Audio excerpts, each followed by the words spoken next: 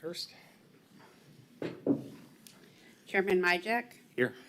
Vice Chairwoman Thompson, Here. Member Burdette, Here. Member Tucker, Member Miller, Member Delgado, Member Browning, Here. Alternate Member Young, Alternate Member Rosa. Here. Good. Sounds like we have a quorum. Alrighty, let's do the Pledge of Allegiance. Oh, we got Bill Young. Welcome, Bill. Just in time. I pledge allegiance to the flag of the United States of America and to the republic for which it stands, one nation, under God, indivisible, with liberty and justice for all. Alrighty. Next up, I'll entertain an approval of the minutes from the October 15th meeting. A motion for there, or comments and discussion after that.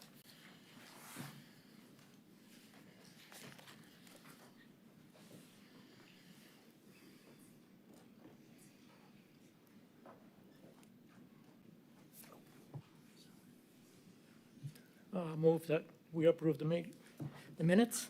Okay, Member Delgado motions. Do I have a second? I'll second. All right. Member Thompson seconds. So any discussion, changes? Okay, hearing none. Everybody, if you approve, say yes. Yes? Yes. Yes. All right, good. And any opposed? Great. There we go. On to old business. No, petitions and requests. How can I forget? My favorite section. All right. Who's up? Stan? Yes. All right. My name is Stan. Yep, turned on there. My name is Stan Johnson, and I didn't want to be on TV tonight, but I don't know what's going to happen. But anyhow, I brought you some maps that I've looked at many times, and the question is where does the water go? Especially in the area of the project that was denied last night.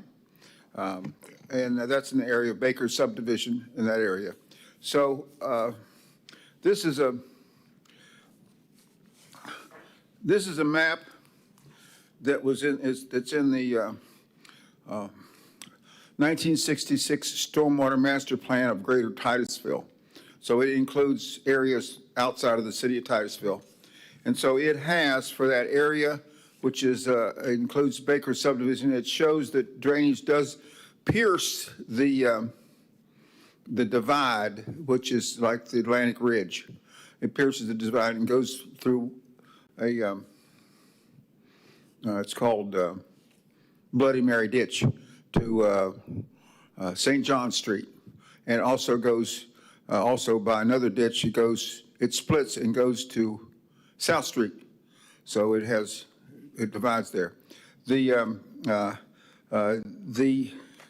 This particular master plan done by this city of Titus, by Black Crow and Eidsness in 1966, shows that the drainage has an old canal that was also, that pierced the ridge and also goes all the way to almost the St. Johns River. It mainly just goes in the wetlands before the St. Johns. So there's this particular canal that was constructed in perhaps about the 1930s has been disrupted by a construction of Overlook Terrace. And I think the people's name is Dobson, who have a pond there. So it's like a division there where the canal used to be. And it's to be restored according to this master plan. Restored and with a large area alongside of it for maintenance, maybe 20 feet wide or so for equipment. So I'm mentioning to that. So that's what I have here. Unfortunately, today I received a drainage map that Mrs. Thompson gave me, and I'm not sure it's done by, is it done by Kimley Horn? Do you know? That what you sent me in the email? What I sent you today in the email was a Google Maps.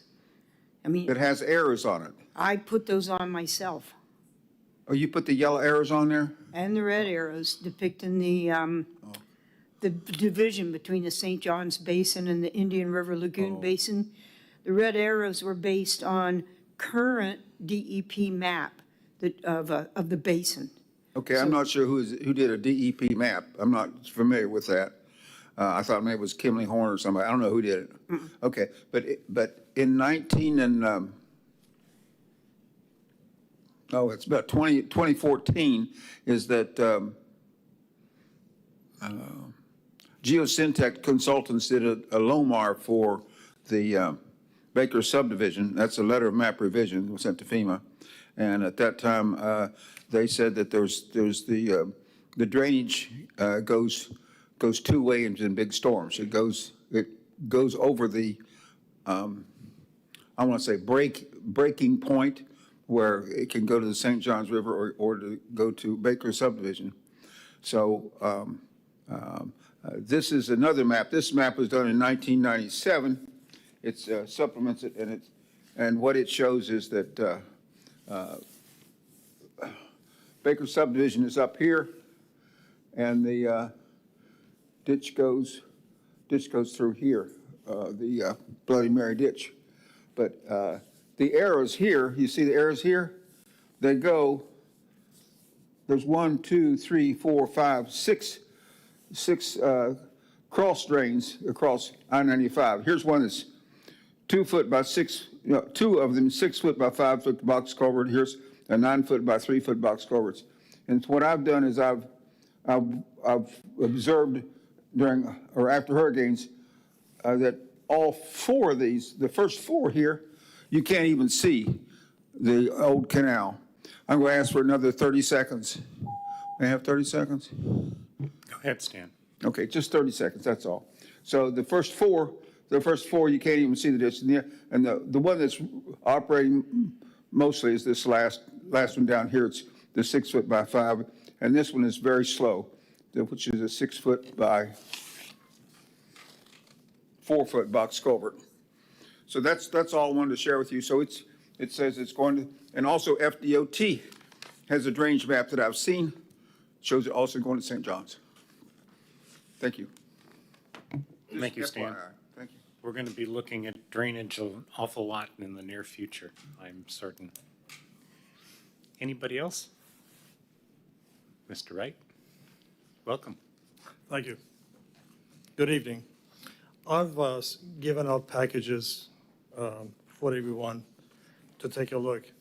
I was here in March of last year, 2024, and there was a unanimous approval to go forward as far as the city getting involved in the Cumberland Farms leak. The first 2 pages that you're looking at is a letter from my attorney that was sent today to the city attorney and also to the city manager. And the reason I'm here today is because since last year, I found out that the Shell station also has been leaking for nearly 25 years. And I found out from the city inspector that those tanks were welded 10 years ago, welded, not replaced. The next page you'll see is what the approval was with TEC in March of last year. And then the following pages, you'll see the size of the balloon that, if I may approach the counter, I can just have you pass it out so you can see the size.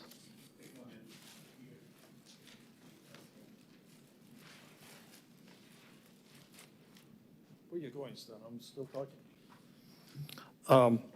So you'll see the size of the balloon as you are looking at that. And then the Shell station, which is right across the street. And you can see a picture of the water tap, which is about 3.5 to 4 4 feet below the ground. And in that same package, you'll see my comment that I sent to FDEP and the Department of Natural Resources. I tried to be very polite. I shouldn't have been that polite, but it's too late now.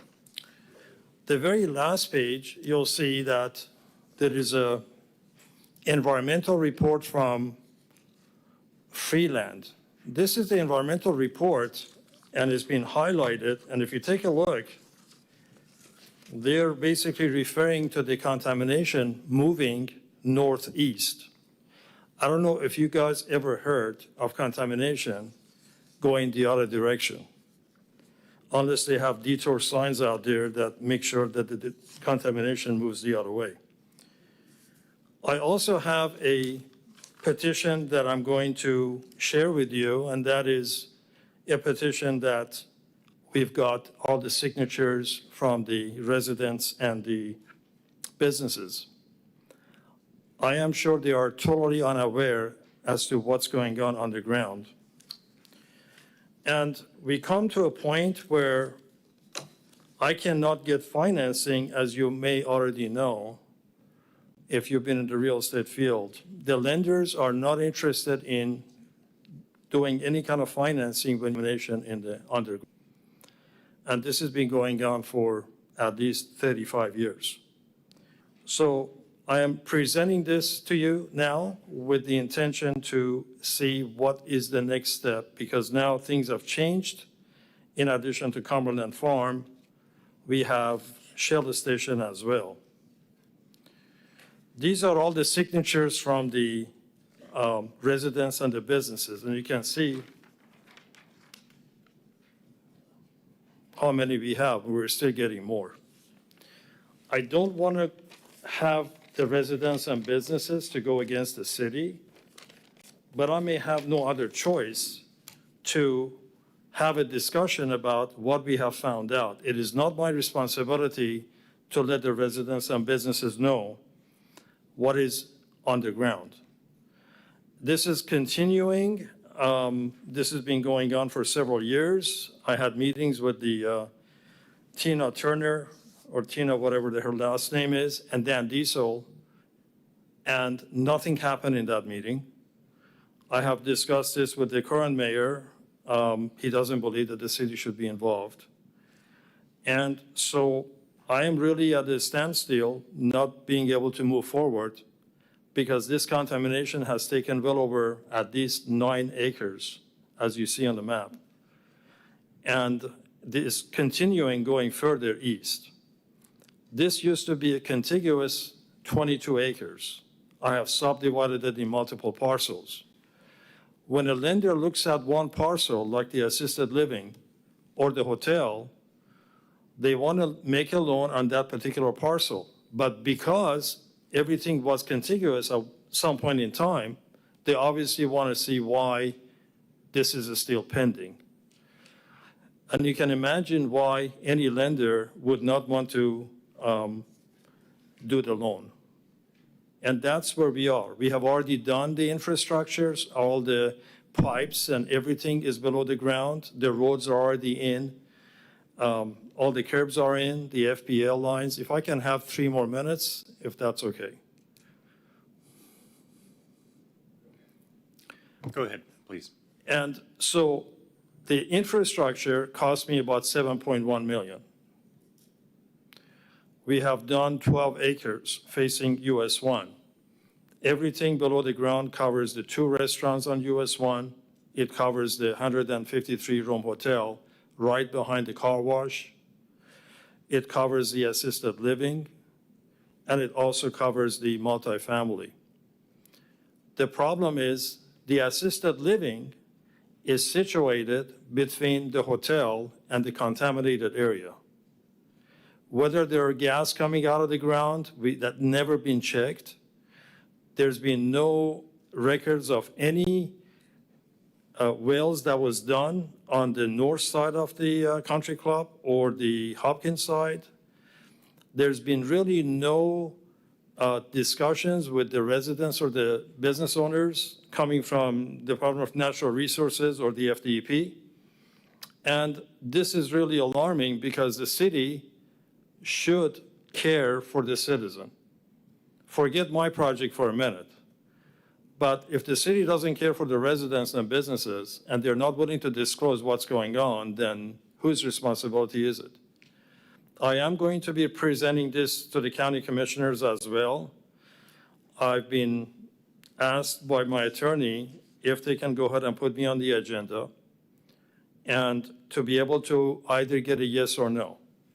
And that's what I'm expecting, hopefully today, and also my presentation to the city council. I know certain things about politics here in this city, and I just hope that the TEC continue to do business and does not go away.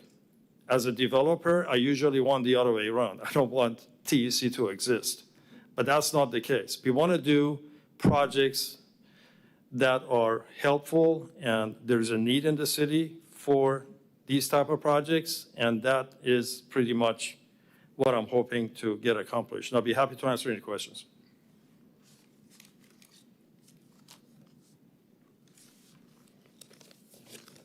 I don't see any, Jesse. Oh, wait, one moment. Member Browning, please. You said you have how much expended on site infrastructure? 7.1 million. And I haven't had time to go through this report in detail, but I'm curious as to when these geotechnical samples were done, before or after you started with your site infrastructure. Well, it's been going on for a number of years, and it's further moving closer and closer to the phase one, which is on US 1. So we got 12 acres on US 1 portion, which is the first phase of the project. The contamination is on the second phase, where the mall is. We have a little mini mall there right now. All right. So, I live yeah, down the street, so Okay, I've been looking at anticipation with that site going vertical. right. I was just wondering how much of the groundwater contamination, the ground contamination was foreseen before you started construction. That's just a curiosity. I'm not trying to pin you down on anything, but it seems like, from my experience, geotechnical work should be cut and dried and absolutely certain that you don't have any problems before you start spending millions on infrastructure. That's not a criticism, but it just makes me curious as to the timeline. It almost seems like you spent all this money on infrastructure and then you discovered leaks under what portions of the ground you want to build on. That seems odd to me. Well, let me answer that if I may. Number one is that the plans and the civil portion of the project was already done before we found out that this is going on in that section of the phase two. We had to divert some of the water pipes, sewer lines, and everything else from Hopkins coming into the project, literally going around it to be able to feed the phase one. So we've made some modification because of that. And so knowing the fact that FDEP and Department of Natural Resources, they believe that I just have to wait. More delineation and more checking, and it's almost like watching the paint dry. That's pretty much what this is.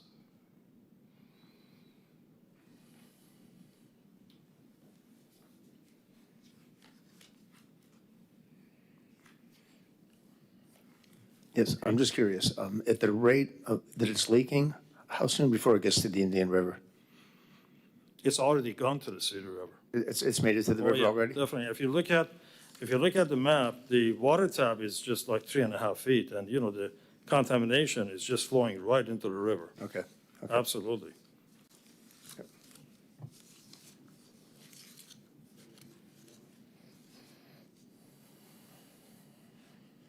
Did the mayor pontificate on why he doesn't think the city should get involved? Well, I've already been to 2 meetings with 2 mayors, and they feel exactly the same. I'm really shocked too, and I've, done projects in multiple other cities, in Crossville, Tennessee, Nashville, Birmingham, Alabama, to South Haven, Mississippi, to Jackson, Mississippi. I've never really had this kind of resistance from any mayor not caring for the citizens or the residents. Forget Jesse Wright for a minute. Let's say this project gets shut down and nothing happens because I can't get financing. But what about the residents? They have the right too.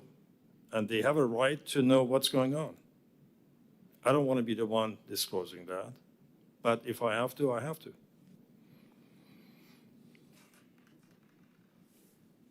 What role does the Brevard County Natural Resources Department play?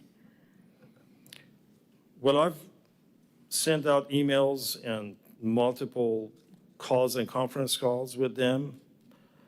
They're basically saying that everything that the Cumberland Farms consultants are doing is within the scope of what they're supposed to be doing. But, if they're supposed to be the referee and I'm the victim, and they are the ones that have to clean up their crap, if you and I were the neighbors and my sewer tank erupts to your property, I need to be the one cleaning it. So you shouldn't suffer because of the fact that my sewer line leaked in your property. But I guess I cannot get that through to them.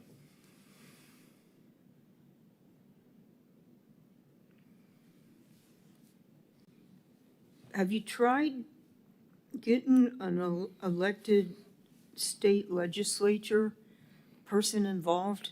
I've already gone to 2 senators and 2 congressmen, Mark Herodopoulos,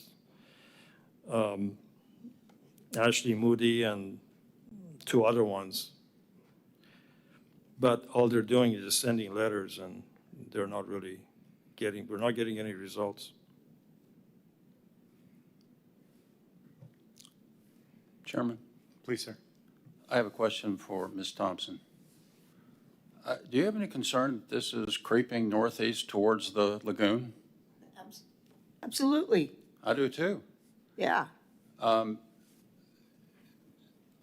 don't know. It sounds to me like I'm not a lawyer. I'm not the king, but it sounds to me like somebody needs to go to Superior Court quickly and get some sort of injunctive release or something to stop this creep towards the Indian River Lagoon. Yeah. If action is not taken quickly by somebody, it's going to get into the lagoon, then we're all going to be griping and complaining very loudly about that. So what's the action? What's the environmental action? I don't know what that is exactly, but it seems like some environmental action needs to be taken to mitigate the creep. Is that offline, or does that sound reasonable at all? Well, Michael, a year ago, we thought it was only Cumberland's.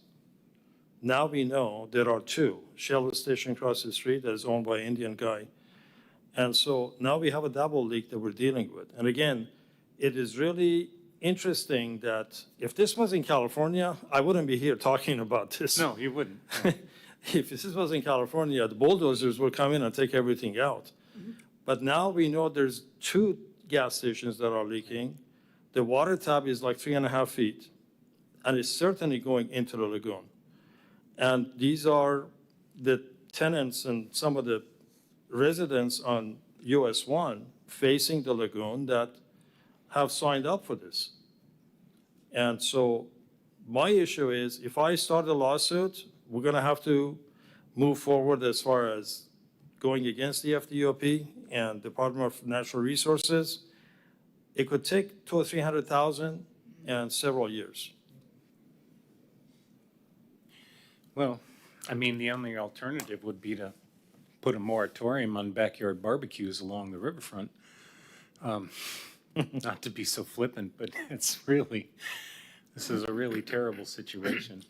And more importantly, I'm not even sure about, I think they call it OVA, probably you know more about it, about gas coming out of the ground. They've never measured that. It's in the letters. Wow. It should have been measured. Right.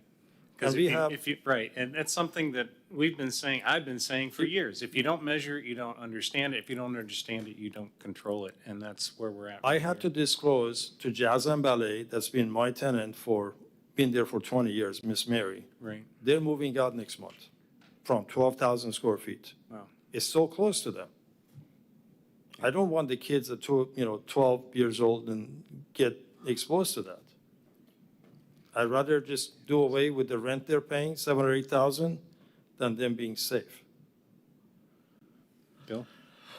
Behind my house is an old gas station that's been closed for 20 years. And every now and then, I say once a year, somebody, I forgot now who it was, I think it's the county, comes in and puts down wells and tests the water.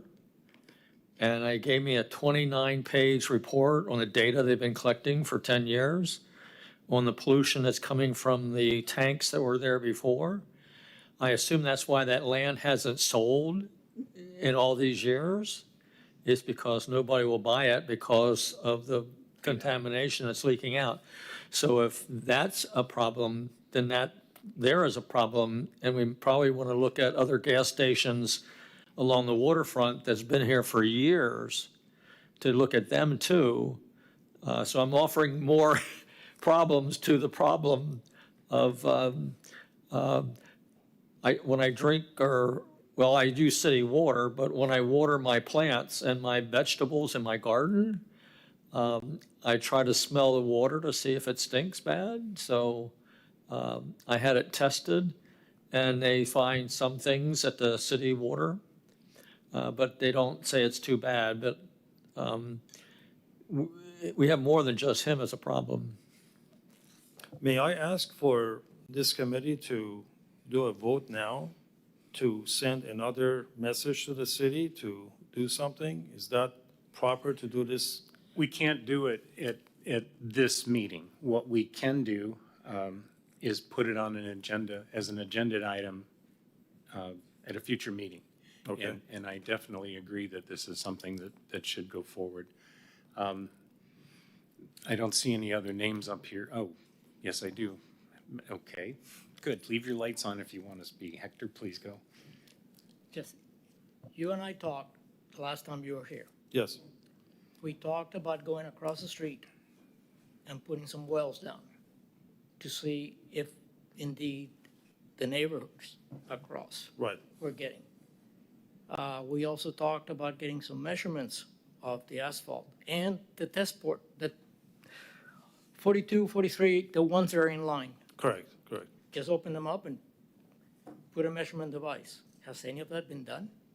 What you and I discussed, I sent to the Cumberland consultant people to be able to do that, and their response was that we're going to continue further going east as they're now getting close to the entrance coming into the mall. And they did 2 more drills there. Correct. And the results are basically fairly the same. I mean, I see them coming in, testing. I see what is coming out of the ground. And their only concern is that they think this is the only issue with Cumberland. But if the tanks were welded 10 years ago per Chris, the inspector of the city, then that is not under scope. That is not in the scope that look at that as well, because that is also double issues of having to have the contamination coming in under Cumberland into my property and then going to the lagoon. So I mean, it's a double jeopardy in a way. Right, but bear with me. I'm talking from last year. Right. And I go to Cumberland a lot. So Right. Get gasoline and stuff Right. like that. I did see action in terms of new wells being drilled, Correct. correct? Yes. Going east towards east, yes. the river, correct? And there was more than one that was put in. There were, Two, yeah. okay. The results of those 2, which were knew, Within 30 days. right, but they went into those wells to see what was happening. Correct. So therefore, the data is from last year sometime, right? Correct.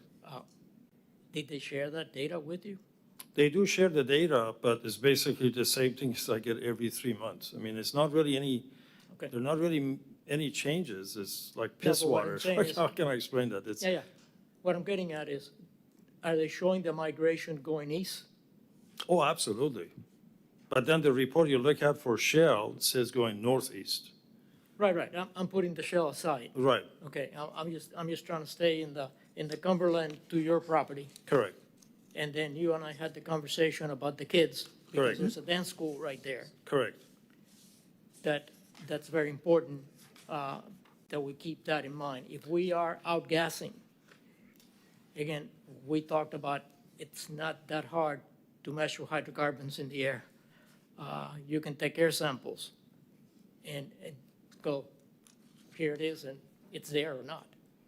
I mean, the fact that they're drilling further and further to the east means that it is going in that direction, right? Which is obviously the logical thing.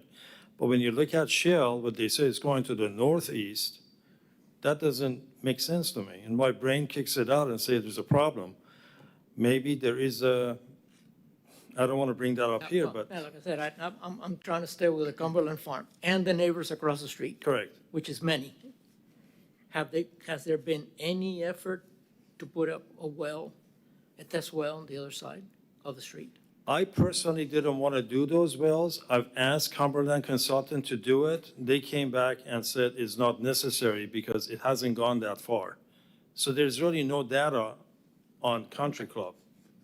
Well, how do they know that it hasn't gone that far if they haven't drilled a well?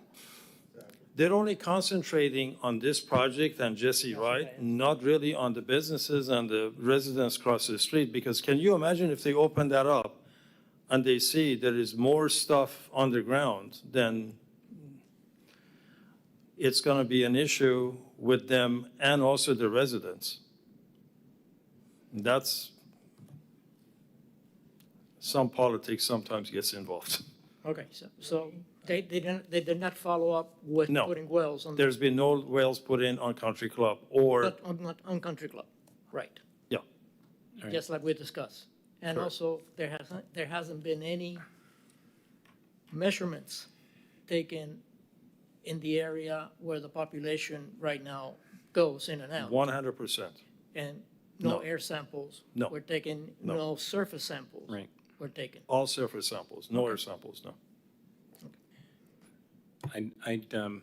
Couple of things, Jesse, thank you. I'm going to bring it back to the board. I think we should move this topic to our agenda items at the end of the, so we can discuss it more. Jesse, you're welcome to hang around with us. We've got a lot of work to do first with some wetlands. Sure, if you're going to be But, putting this on agenda, can it be in we're- December? We don't have a meeting in December. It'll be January. Oh, be January. It'd be nice if we had a dinner or something, a Christmas party, a holiday party, wouldn't it? You know, just for the environment.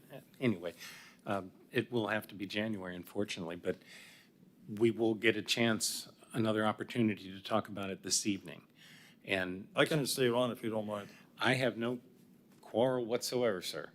In fact, I would encourage it because I just don't want to read for the board's sake, just so you guys all know, we are the Titusville Environmental / Water Resources Board, right?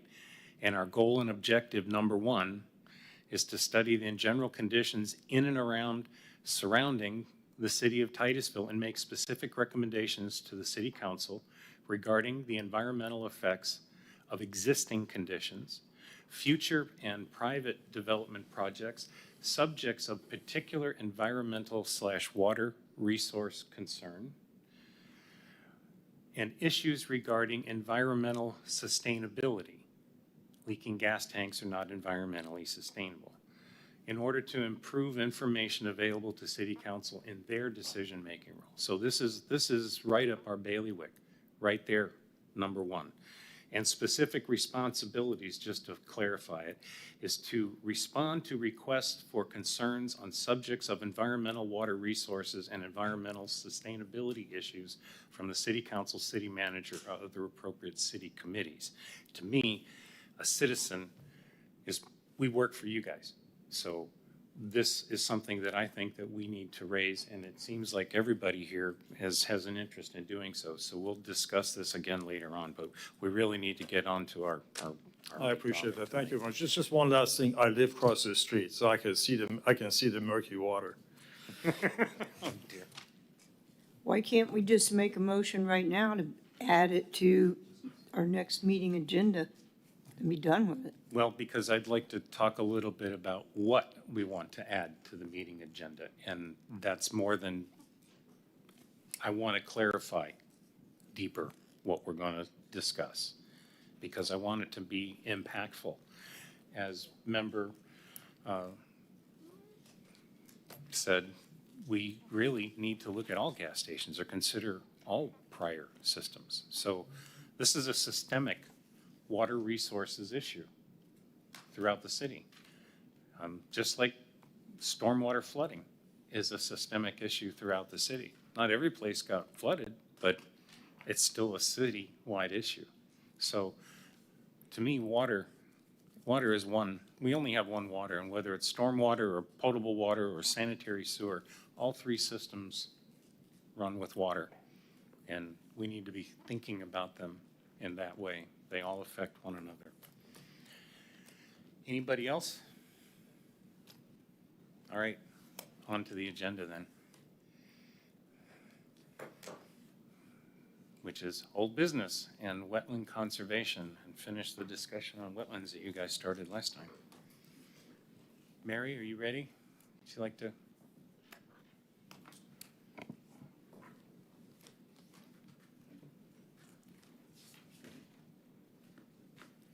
Mary, would you introduce yourself, please, when you get yourself settled there? For the record.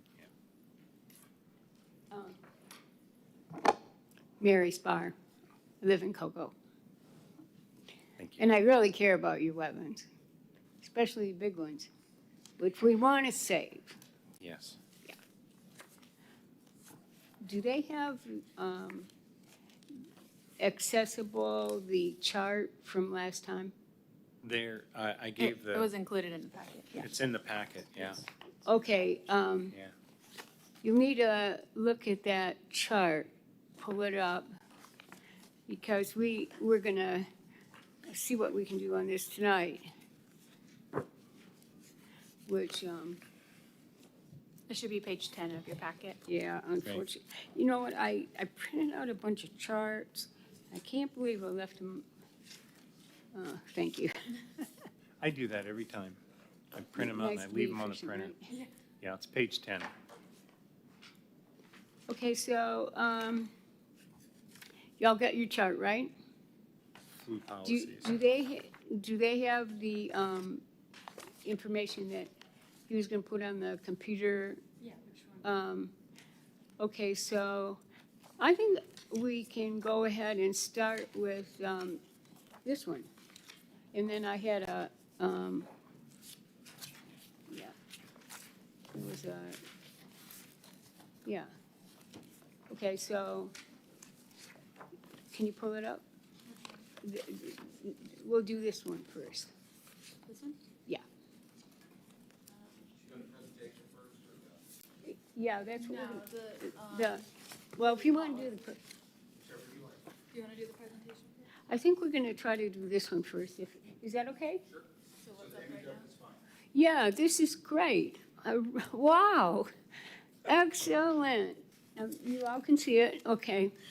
I gotta say, we are on a roll.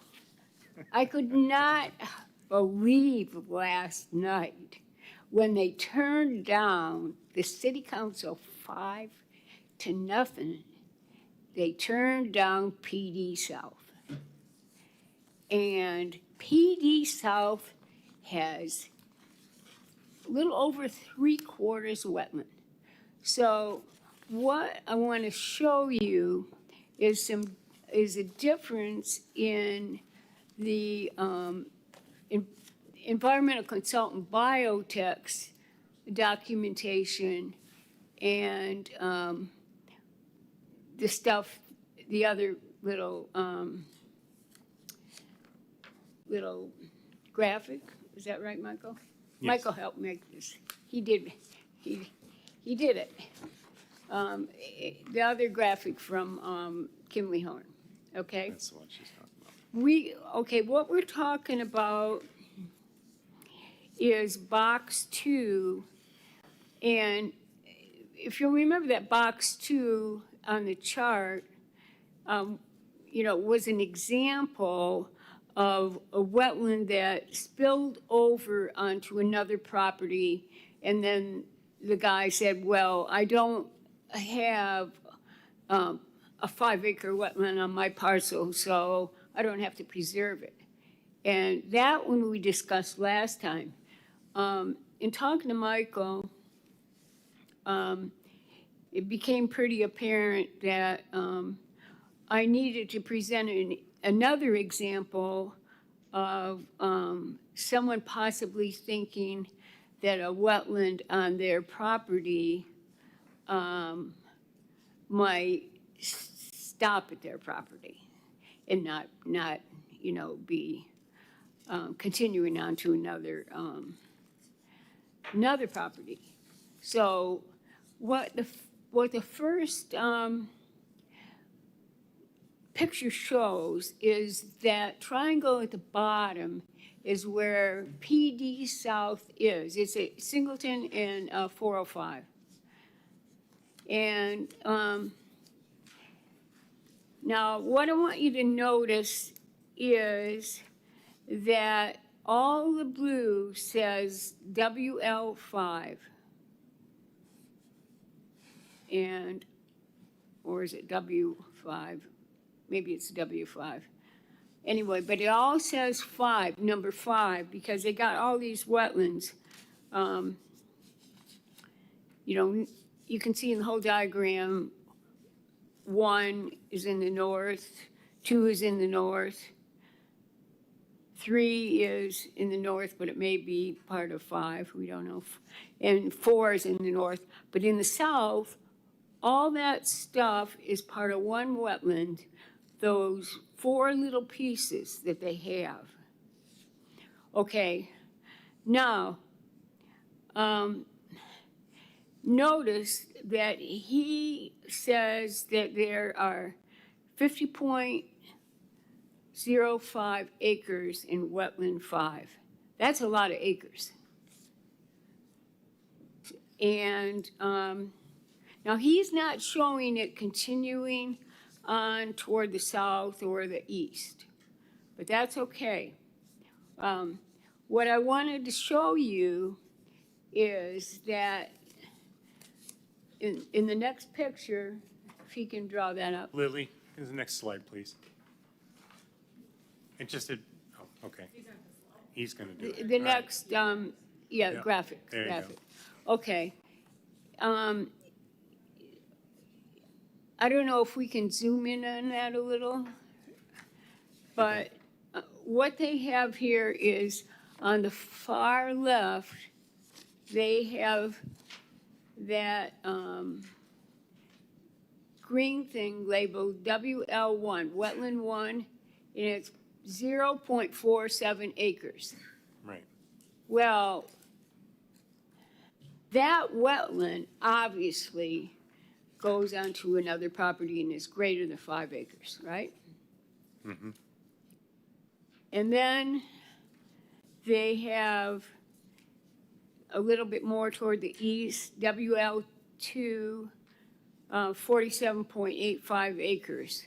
Well, and they got it kind of going down to the very south. You can kind of get the picture a little bit more, yeah. And then that whole wetland goes, over to the east. And that's all 47.85 acres. Well,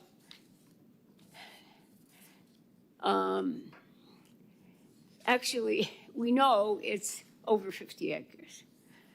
But they're calling the one on the left, wetland 1, instead of identifying it as part of the same wetland 2.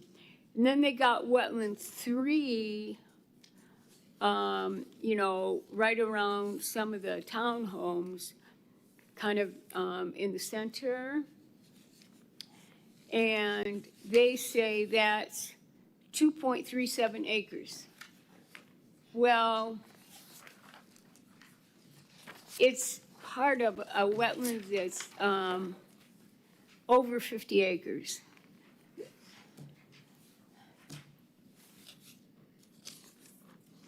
So the point I'm trying to make is that it doesn't have to be a small property that could be misinterpreted by people. See, if, for example, we don't want the applicant to get away with filling wetland 3, 2.37 acres, when we know that's part of a wetland that's over 50 acres, right?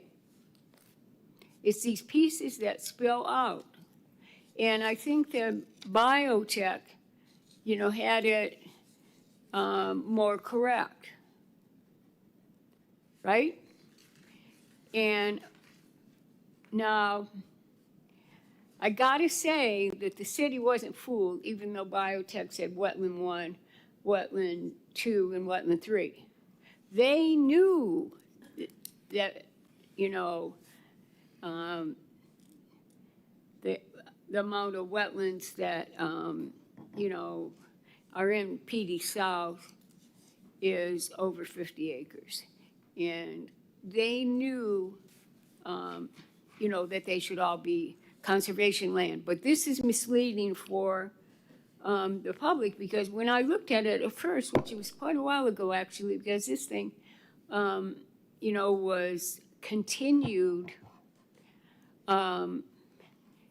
before it was, I believe, in October of 2024. But when I looked at this stuff at first, I thought, oh, here's a couple wetlands that maybe they can fill in.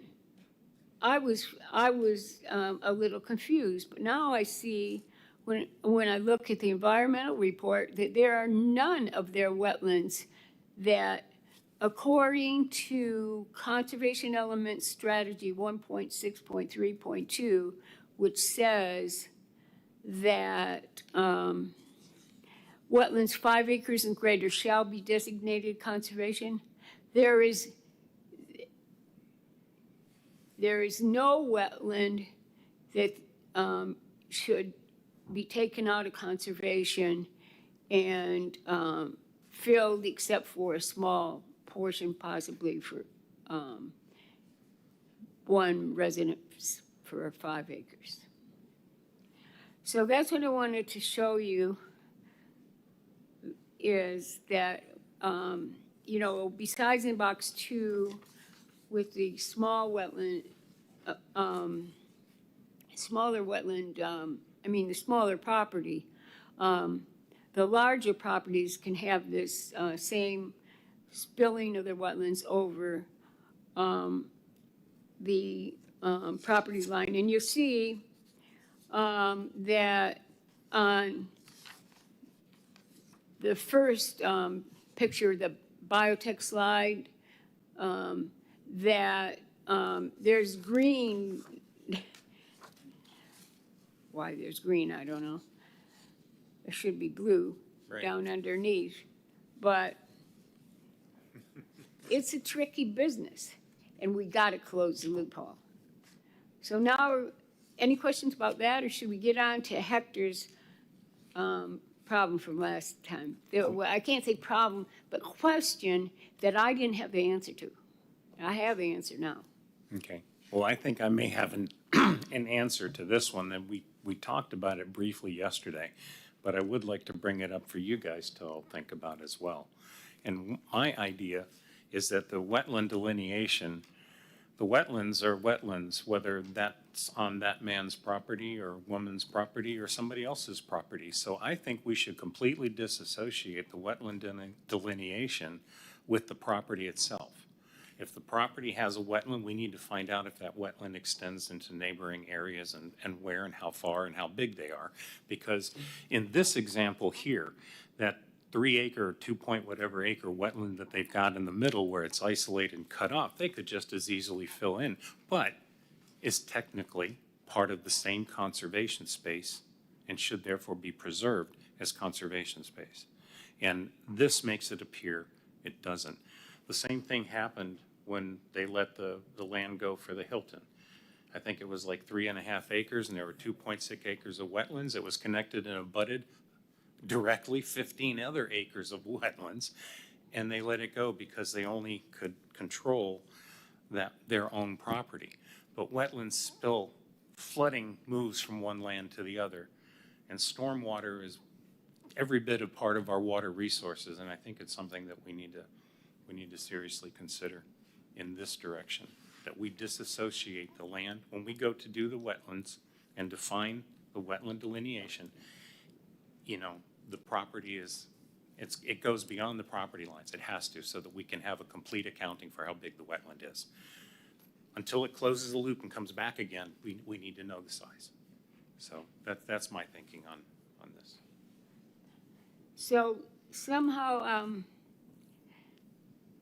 how do you want to handle this? Do you want to, let me ask you something else about this.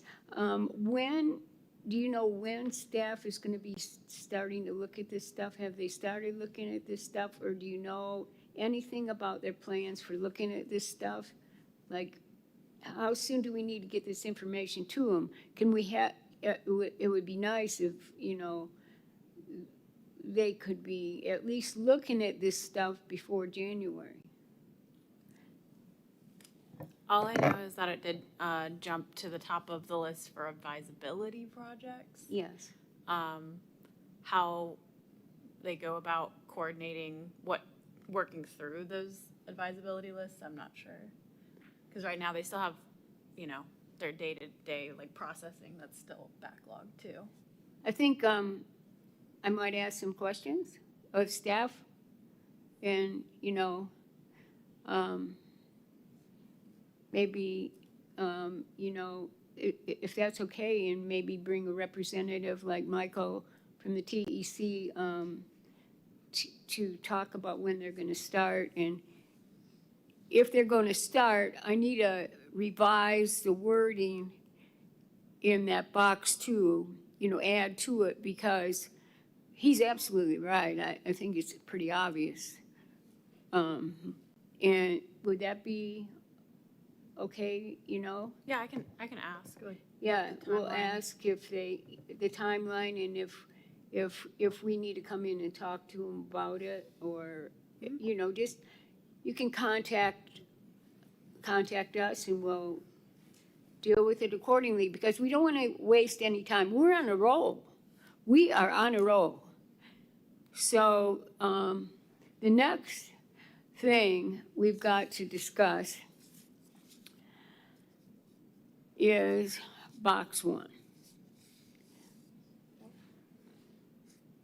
No, it's right here.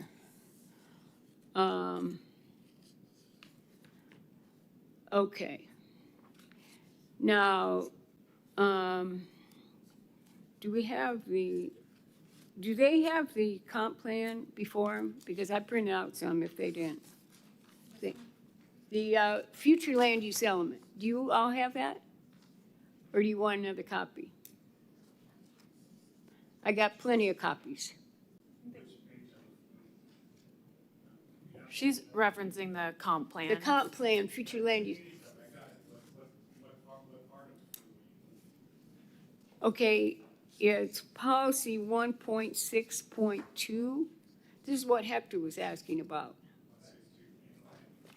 Yeah. Okay, so what he was asking about is, Do you want me to put this on the yeah, screen? yeah, you can put that on the screen.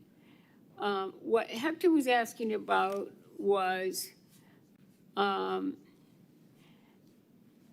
you know, that when the city gets a wetland delineation, you know, from an applicant, the delineations will be accepted by the city of Titusville and the future land use map will be amended accordingly.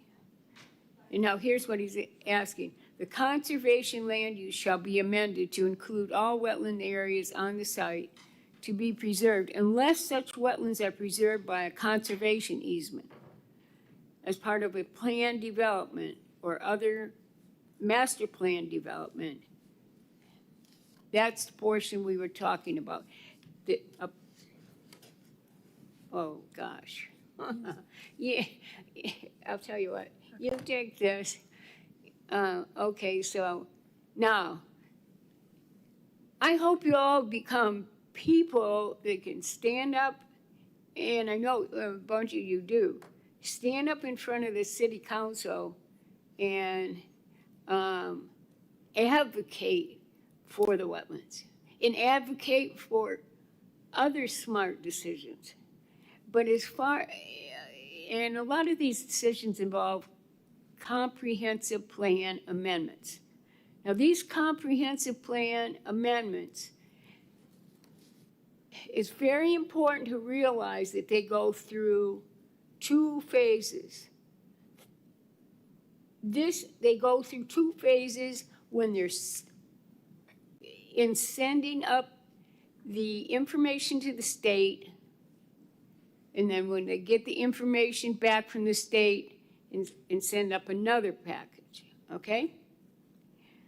So the first stage is called the transmittal, right? They were, PD South transmittal hearing was last night. That thing is going nowhere at the moment, for sure. But what we have here, this example is Park Avenue subdivision, which is where Huntington Park is. It is the plan that is a basis for Huntington Park, but had to be tweaked several times because, you know, they found more wetlands and they couldn't build as many houses as they thought they could. So this was in 2018. And so we're going to talk about the transmittal, the first paperwork that went to the state first. And then we're going to have, after a couple of slides, we'll go into the Park Avenue subdivision adoption, because something very interesting happened between the transmittal and adoption. The P&Z board changed, and they got a very strong advocate for wetlands, actually a former city attorney, and he was appalled at what they were trying to do. So, okay, now what's going to happen, you're going to see that in the transmittal, they're going to try and get away with this loophole. Okay, so the first slide here is existing and proposed land use. Okay.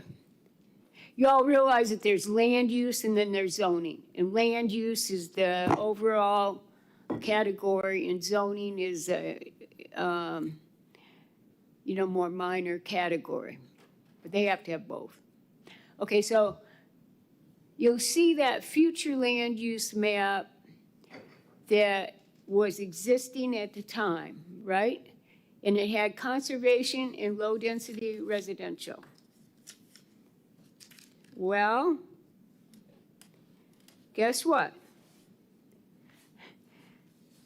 They're trying to get away with Making it all low-density residential. And these are two-sided. We'll wait till she passes them out. It's very interesting.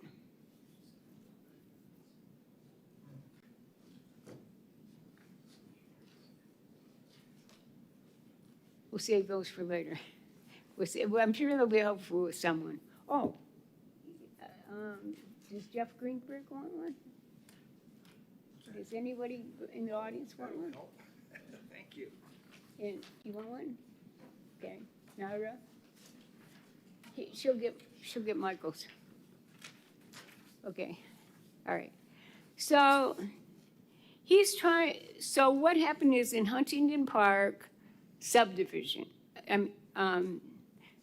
Park Avenue subdivision, they tried to not put conservation land use on this. And when they do that, they're disconnected from the limitations on development. Of course, you're supposed to have a conservation easement. Now, I think we discussed last time that those are not necessarily in perpetuity, not at this point in time. But anyway, they tried it, and the future land use was going to be all low-density residential.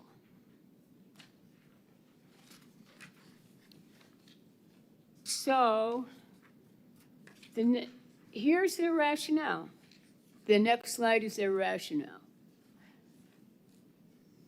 Okay?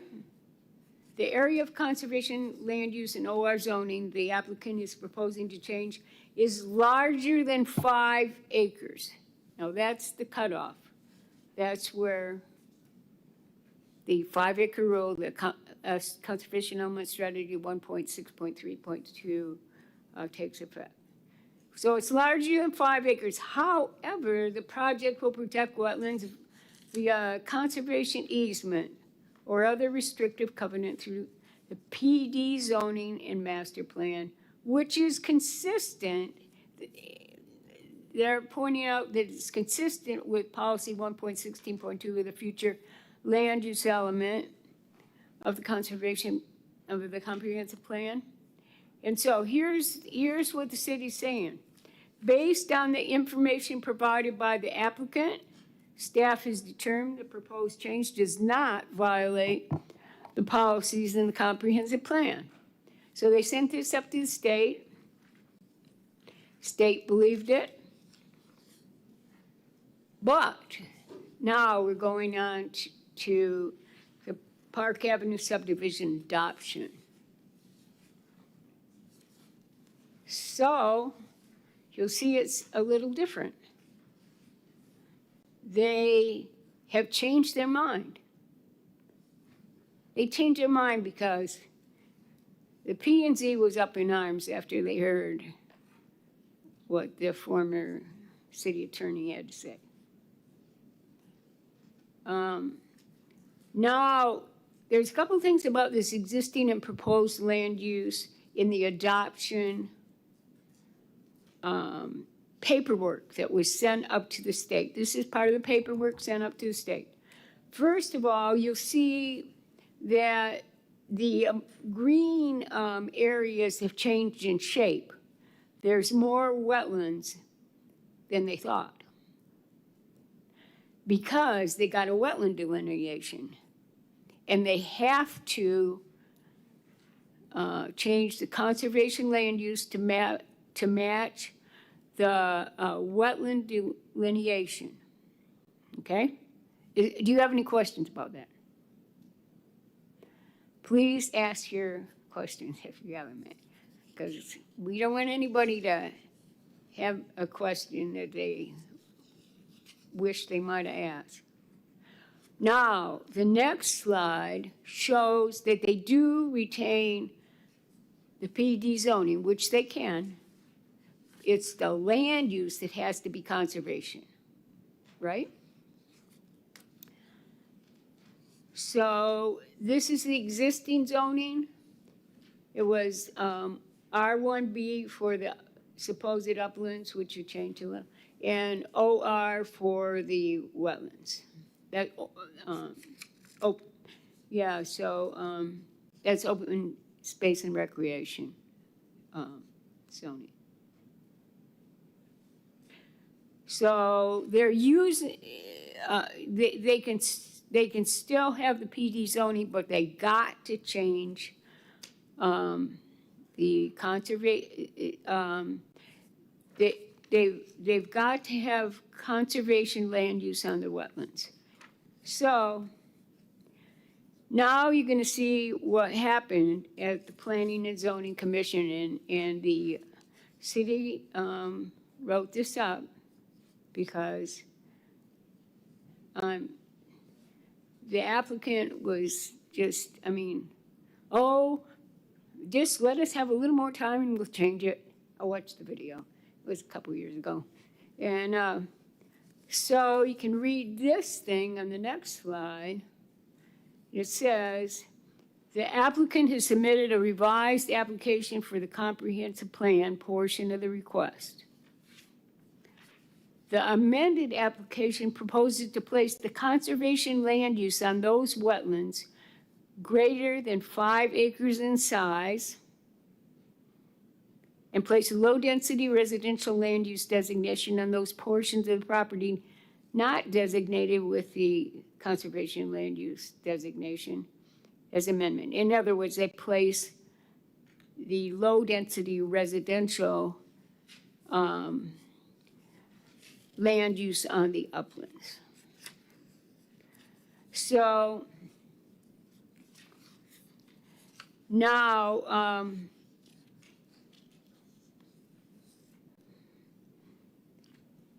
what the attorney, former city attorney, was insisting on was that they have got to follow Conservation Element Strategy 1.6.3.2, which we'll call the 5-acre rule. They've got to do it. They can't have this loophole. So what he was saying basically is this loophole is creates an inconsistency in the comprehensive plan. In addition to the fact that we can't count on conservation easements from, let's say, a state agency like the Water Management District. We can't count on that anymore. So we got to remove this loophole, which you voted to have them look into. And so Michael made these slides. I really appreciate it. The next one says, any questions? Are there any questions? Okay. Anybody else? Okay, then I guess I'll start. It seems, since conservation easements don't work and OR zoning can be changed, that we really don't have anything that's quite as sticky as the conservation land use. That's in the the zoning thing side. we have that sticks. Yeah, so Absolutely. I see that as number one, is that we need some kind of zoning that works with conservation land use that sticks. Okay, now, that is all done in the LDRs. But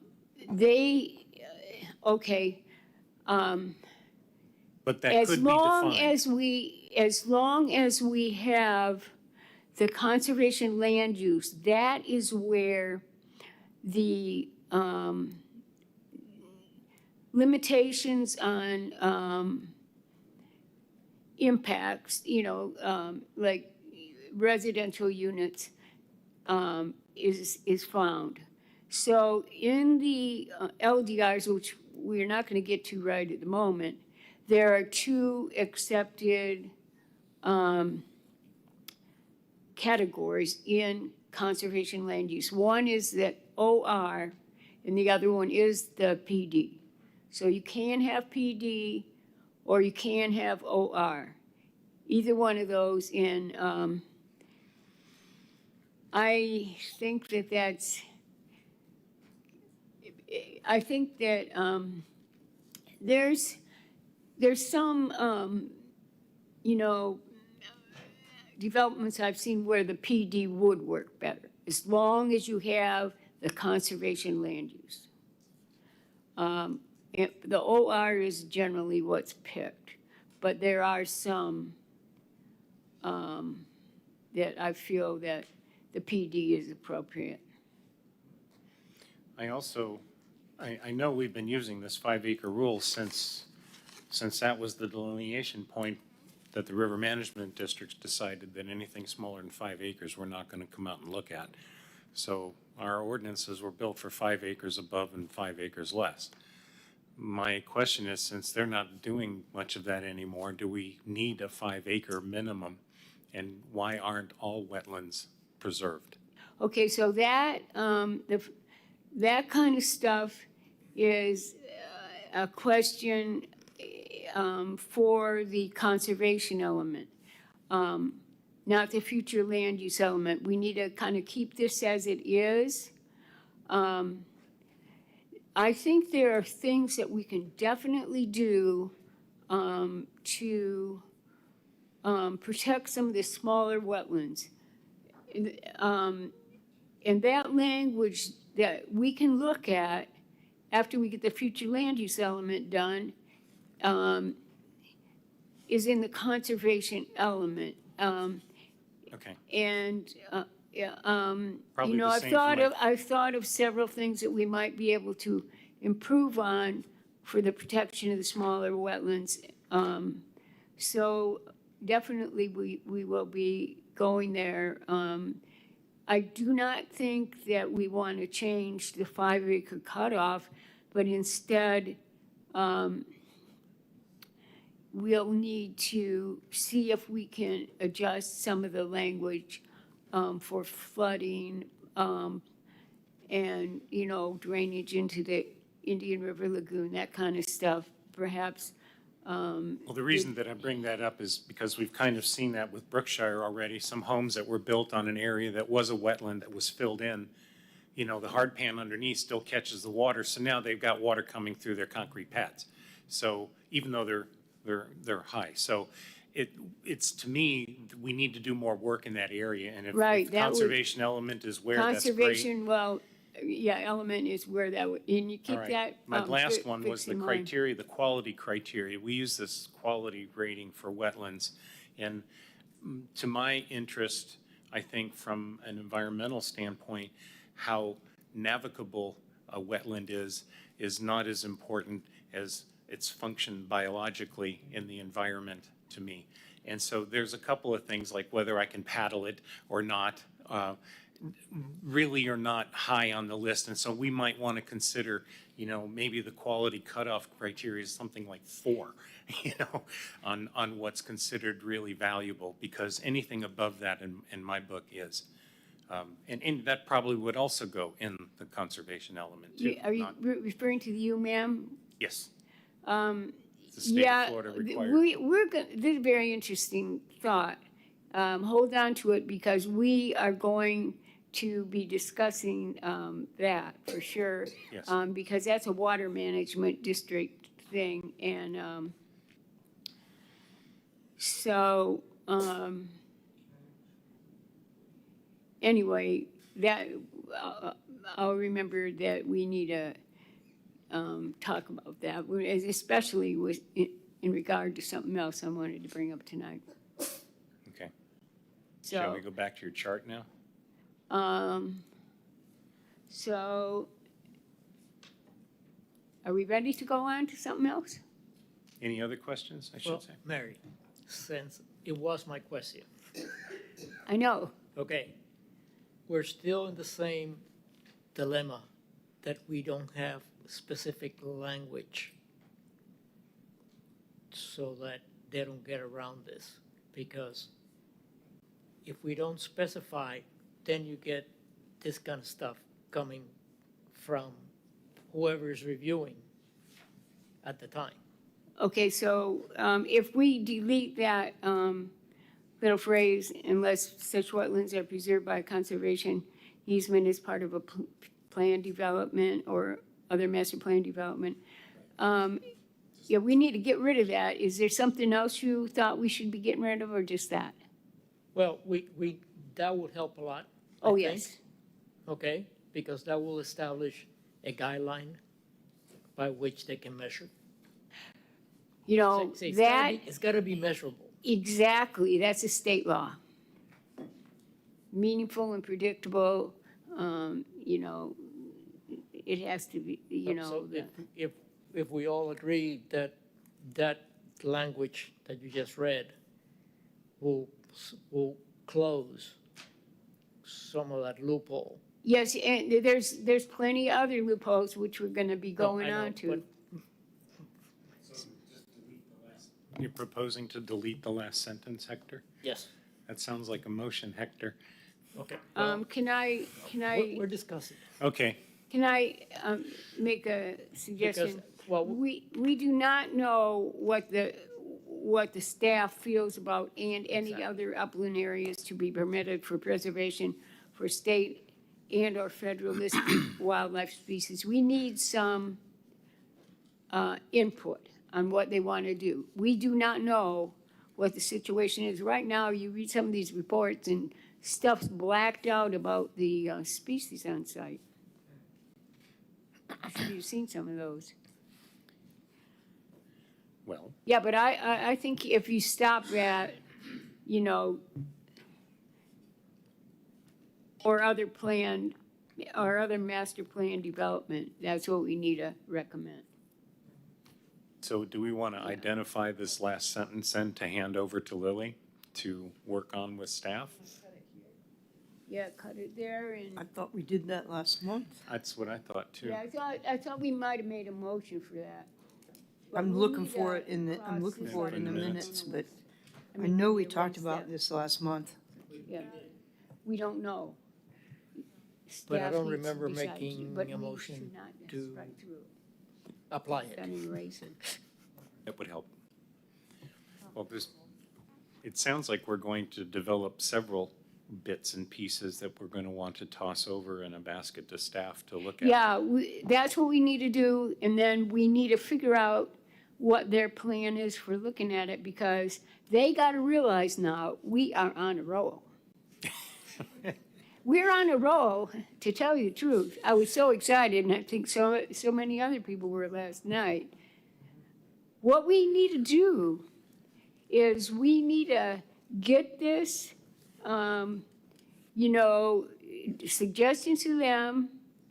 Then we need to go on to the conservation element. And guess what?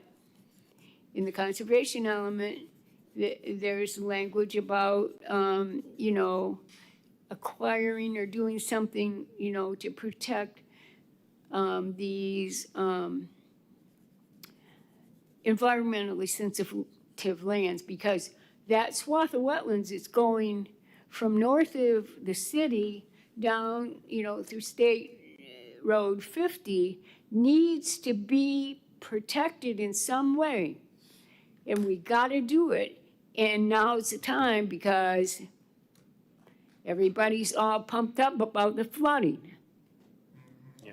And just An overlay district imagine or what would something. happen if those wetlands were filled. Yeah. I mean, it'd be kind of a All right, disaster. so let me bring this back together again. It looks like we've got a few things that we need to go through, and pieces of text like this part of 116.2, yeah, that last sentence that we just talked about Yeah, will be the first one that we're gonna, we've Hand already over. done that, I think. We finished that one. yes. And we, And we decided that we wanted to remove that, but you're suggesting we should send that over to staff with that suggestion. oh, we don't, yeah, send your suggestions to staff. That's- We'd like to Okay, have that them look at requires a removing vote it. from us to make that happen. I That's think you what might have I'm- done it, but We did. they did that last If you did that month, last yeah. meeting, then that's fine. If not, I thought But we would just. Hector had a question, and I couldn't answer it, so I said, let me think about this, you know? Are you and ready I to make a did. motion, Hector, to move this on to staff to look at for possible I removal? think that's the right thing to do. Okay, do I have a second? Can I know exactly what we're having a motion on? Okay, I'm the motion confused. is on the future land use element, policy 1.16.2. the last sentence that begins, "The conservation land use shall be amended to include all wetlands on the site to be preserved unless such wetlands are preserved by a conservation easement as part of a planned development or other master plan development." And that's where we stop. Because they need to look at the rest. We don't know anything about in any other upland areas. We should ask separately for them to look at, Any other upland areas to be permitted and preserved? yeah, that would go with strategy 1.16.2.2. We need to ask him to look at the last part of that along with strategy 1.16.2.2, which says, when conservation land use is present on a specific site, a property owner shall submit a preliminary environmental assessment, including a wetland delineation when wetlands are present prior to any future development. If the environmental assessment indicates that state or listed or federal listed wildlife are present within the area of the site that are designated as conservation land use, and it goes on and on. We need that last little bit of 1.16.2 goes with strategy 1.16.2.2. We need to ask them what is the current state of looking at these listed species, because we don't know unless you know, Lily. Because every time I look at a report, they say, well, here's, and we have found blackout, don't know what species it is in the report. Well, I can give you some answer on part of that because back in, I think it was 2016, 17, Mr. Parrott came from an area known as Sterling Forest. In an area behind it, they were starting development on lots that were approved many years earlier. And there were gopher tortoises there. There were 7 lots. And we actually had the TEC meeting on site. We had FDEP biologists on site. Mr. Parrott was there. He had already gone through and flagged 115 baby gopher tortoise holes in the 7 acres that were there. I guess the land had been cleared and left, and they didn't build on it, and gophers like nice soft land to dig in, and so they moved in. And I found out at that time that they were, as Mr. Parrott had said, they were pouring sand on top of these gopher tortoise holes to put up house pads. And they had already had their permit. They had already done their due diligence in having removed gopher tortoises, or so they said. But once the permit had been let, it's out of the city's hands. I thought that was an atrocious situation, and I worked to find a resolution, and I found one in Volusia County. There, if the land use and habitat, the habitat and soil types are indicative of a threatened or endangered species, then they require a wildlife assessment. Require, not optional. Here it's optional. Here it's, if you find them on your land, you're supposed to follow through and do the survey. I've seen realtors here follow that survey with buckets for the gopher tortoises to catch and drown and shotguns to take out the scrub jays. So I know how these things work. If it's not done on the up and up, things don't work well. And right now, the onus is entirely on the developer to say that there are endangered or threatened species.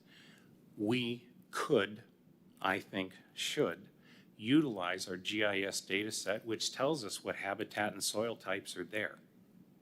And if those match gopher tortoises and scrub jays and indigo snakes and dusky seaside sparrows or whatever, then we should actually require a wildlife survey and make sure that things are done properly. But as it is right now, we don't even get to see any development. We never got to see Brookshire.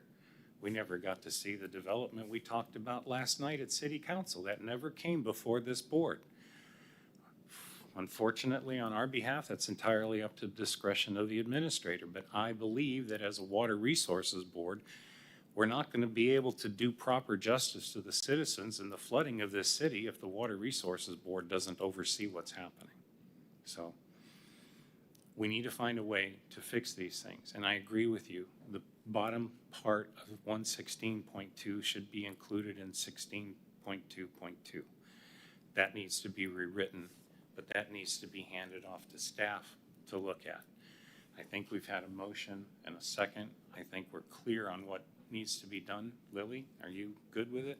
Well, I just want to make sure that Lori is Well, good with for it. the and- minutes, yes. Yeah, Of course. because that's really important that, and the way I understand it, and this is what we talked about at the last meeting, that last sentence starts out with the conservation land use shall be amended to include all wetland areas on the site to be preserved, that the part of the sentence after the word preserved would be removed. That was my understanding as well. And then the last about a dozen words where it's after the two words plan development, that last section of the sentence would be moved to strategy 1.162.2. Okay, so the section defined by the phrase, by a conservation easement as part of a plan development, PD, or other master plan development, that's cut? So are you asking? That's a period, and that part is cut, and then the remaining and any other upland areas to be permitted for preservation for state and/or federal listed wildlife species moves to 1.16.2.2. Moves to a request for staff to look at Right, along with 1.16.2.2, okay. right? All right, she's making sure Lori understands the Yeah. motion. Make sure we all understand. We're asking for, we can't write this stuff. I know. We make suggestions, so we're asking them to look at this last part of 1.16.2 along with 1.16.2.2. Correct. So should that be like maybe a separate motion? Yeah, That would make it easier, that we take out, well, Lori's got my notes, but we would take out the first part, okay, thank you.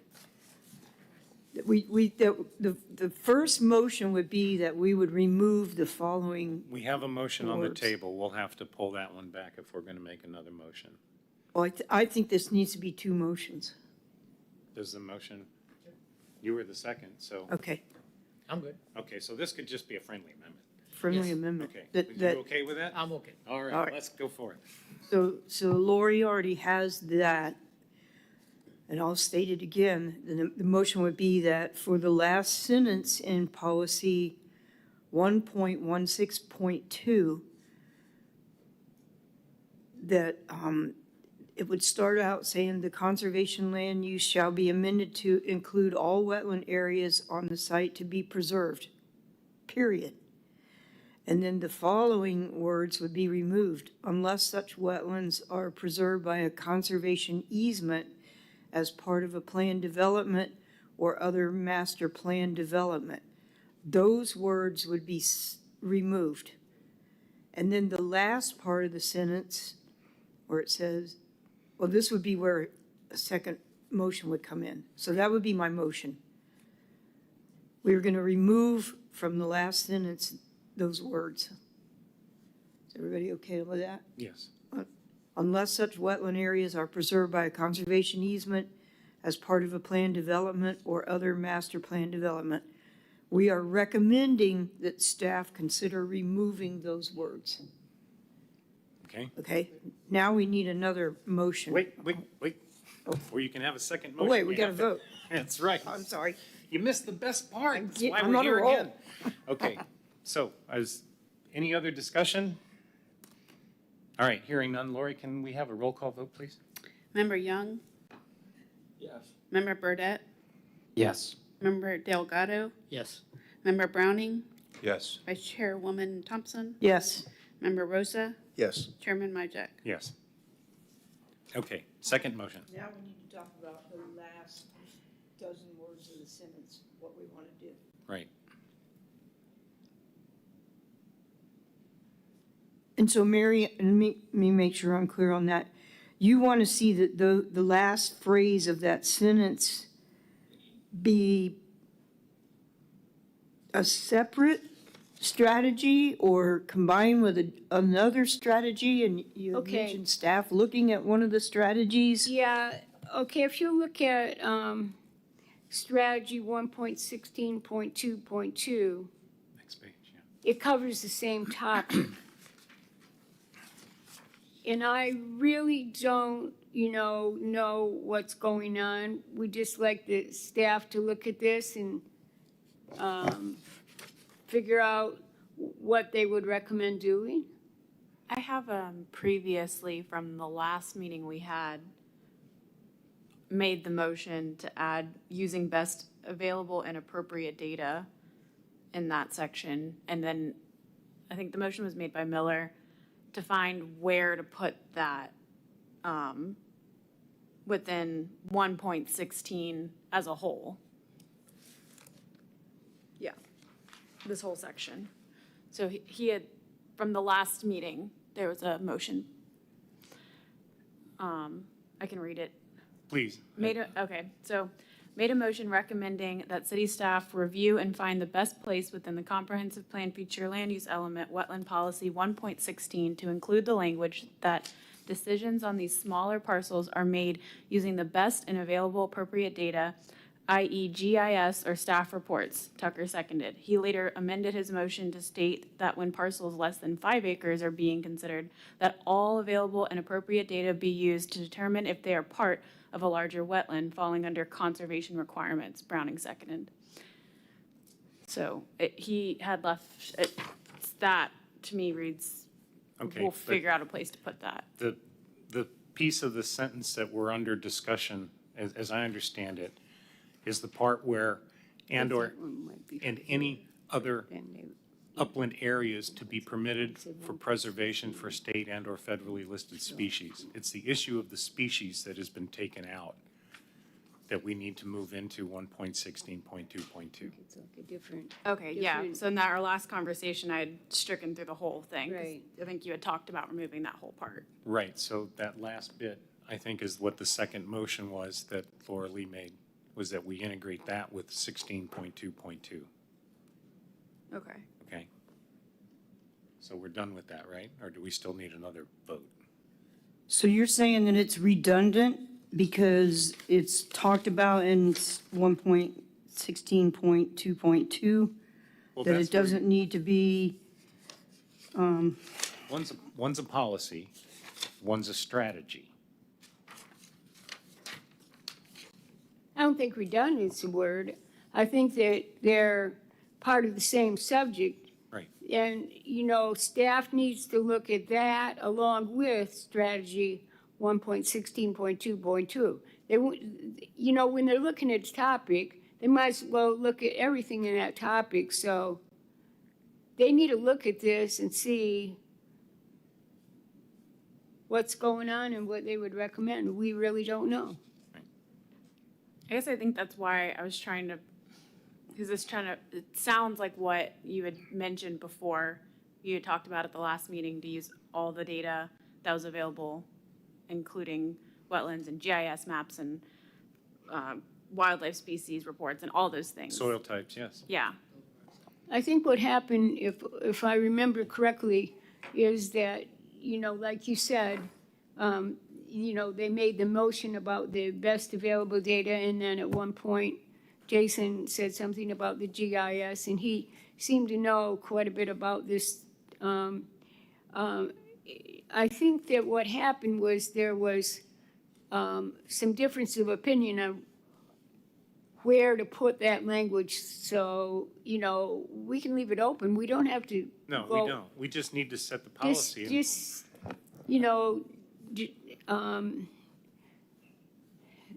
we can leave that open when they're, you know, determining, if something's 5 acres, or, you know, or more, 5 acres more, or 5, or less than 5 acres, you know, they need they can't be just, like for the hotel, just be looking at the hotel property.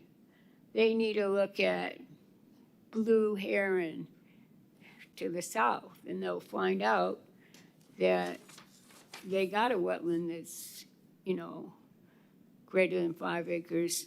But I think that was a different topic than what Laura Lee's talking about now. Totally different topic. An answer. You want to go ahead? Yeah, okay. The floor's yours. So I think you're right. So we're talking about a policy, and so we can't move that to a strategy. But it would make sense if we just take that middle part of the sentence out and leave the rest of it there as part of the first part of the sentence. And remove the word other in front of upland.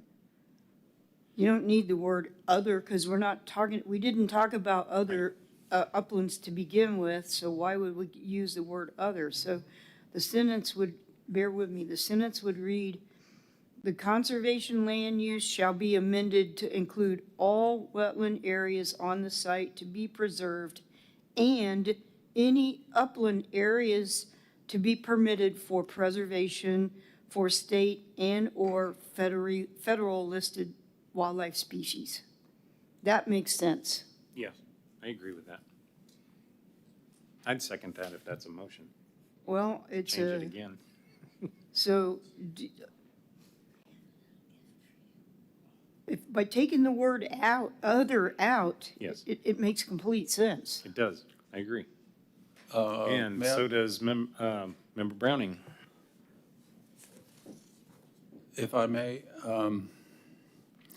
so it says the conservation land use shall be amended to include all wetland areas on the site to be preserved, along with any upland areas to be permitted for preservation for state and/or federal listed wildlife species.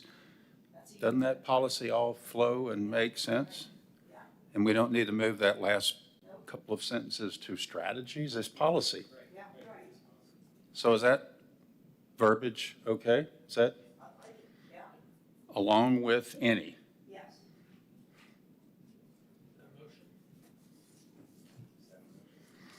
Is that a motion, sir? It can be. It can be. Well, there's a second to your can be motion. Okay, so let me try to make a motion out of that. I move that the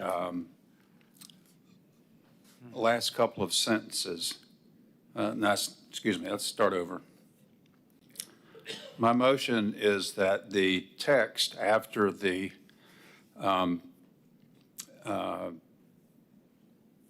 this was a tough one. So I guess my motion is that we would strike the words "and any other" and just substitute "along with any upland areas to be permitted for preservation." Potato, potato. So remove those three words "and any other" and add, and the motion is to substitute the text "along with any upland areas to be permitted." Does that make sense? Yes. Yeah, I'll second that. So the sentence, according to the motion in the second, will read, "The conservation land use shall be amended to include all wetland areas on the site to be preserved," and your phrase? Along To be with any. preserved, Along with- comma, along with any. Along with any upland areas to be preserved for preservation for state and/or federally listed wildlife species.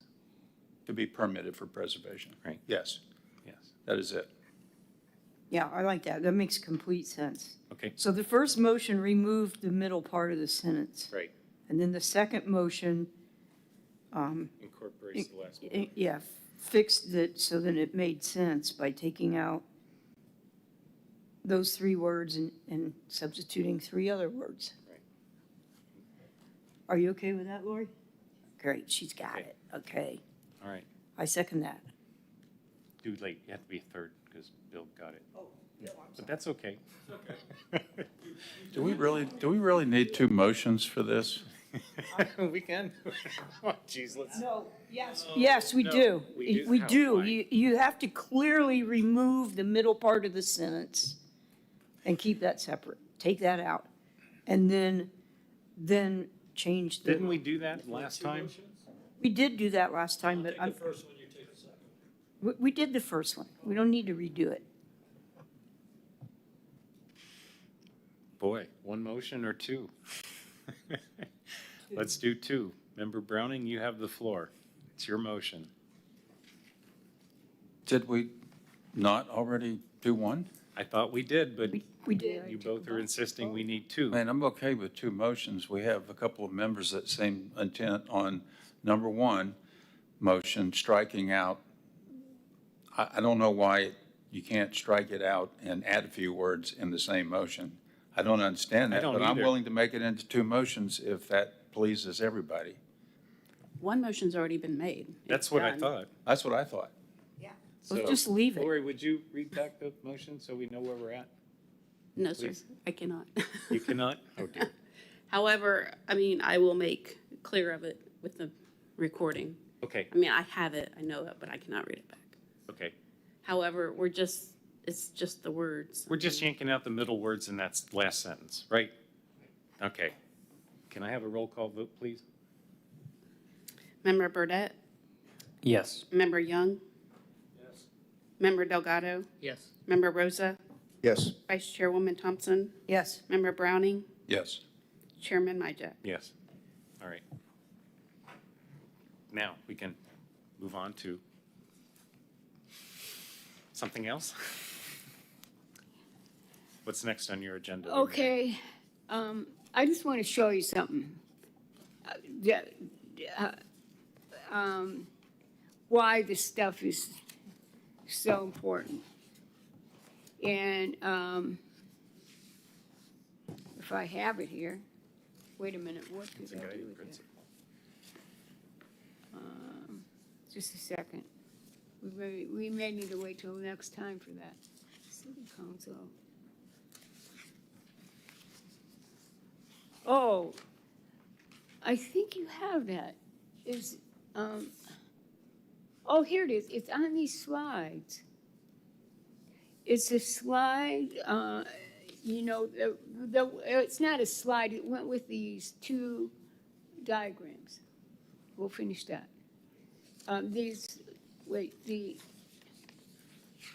The ones You talked where about we the had, graphics? here they are. Yeah. These ones where we had these two. Last night. Yeah, Yeah. okay, is there a text file with those? Or not? No, I didn't give them the text file. Okay, They passed it out, though. We have a hard copy. all right, I'll tell you what. Oh, you got it? Lily printed it and Oh, gave us nice, all a hard okay. See it, I don't have that, that's all I have. It was in the handout sheet. I didn't get the handout because I already Oh. printed everything. Well, Does everybody have it? you two want to sit together? Do they have it, Lily? Most of us do. Maybe you two can share, I hope. Wait a minute, I do have it. You, I know there's a lot of papers. That's why I left them at home. But, this is what she wants to talk about now. okay, now, Laura Lee and Mike Majak went to the meeting last night, and they saw what was going on, okay? The wetland delineation from biotech showed that there were 10 and a half more acres than this guy, the applicant, thought he had. I mean, he's buying questionable land. We all know this. It's 3/4 wetland. And in that 3/4 wetland were 10 acres that they may not have thought they had, 10 and a half acres. So what the applicant did, at least I think we'll see if Laura Lee and Michael agree, that they were trying to act like, oh, this is a big selling point for this. This is a big selling point. We're putting, 10 and a half more acres into conservation. Okay, well, what happens was that their conservation land use was increased, would have been increased by 10 and a half acres. And if you look at these quotes, here's the attorney quote. I mean, this was big. On slide 1, it was one of the 2 points, that and affordable housing that they had. We're actually putting 10.81 acres additional into conservation, like, aren't we, maybe I shouldn't say this, but aren't we wonderful? Isn't it already in conservation? No, it wasn't, see? Because of the wetland delineation, right? When the wetland delineation came along, the city made them adjust the wetland lines and grow the wetlands. But, of course, this thing didn't pass, so that's not happening at the moment. And the consultant, Kyle, he said, the project also increases the conservation land on the project by 10 plus acres. So, I mean, you think Christmas had come, But,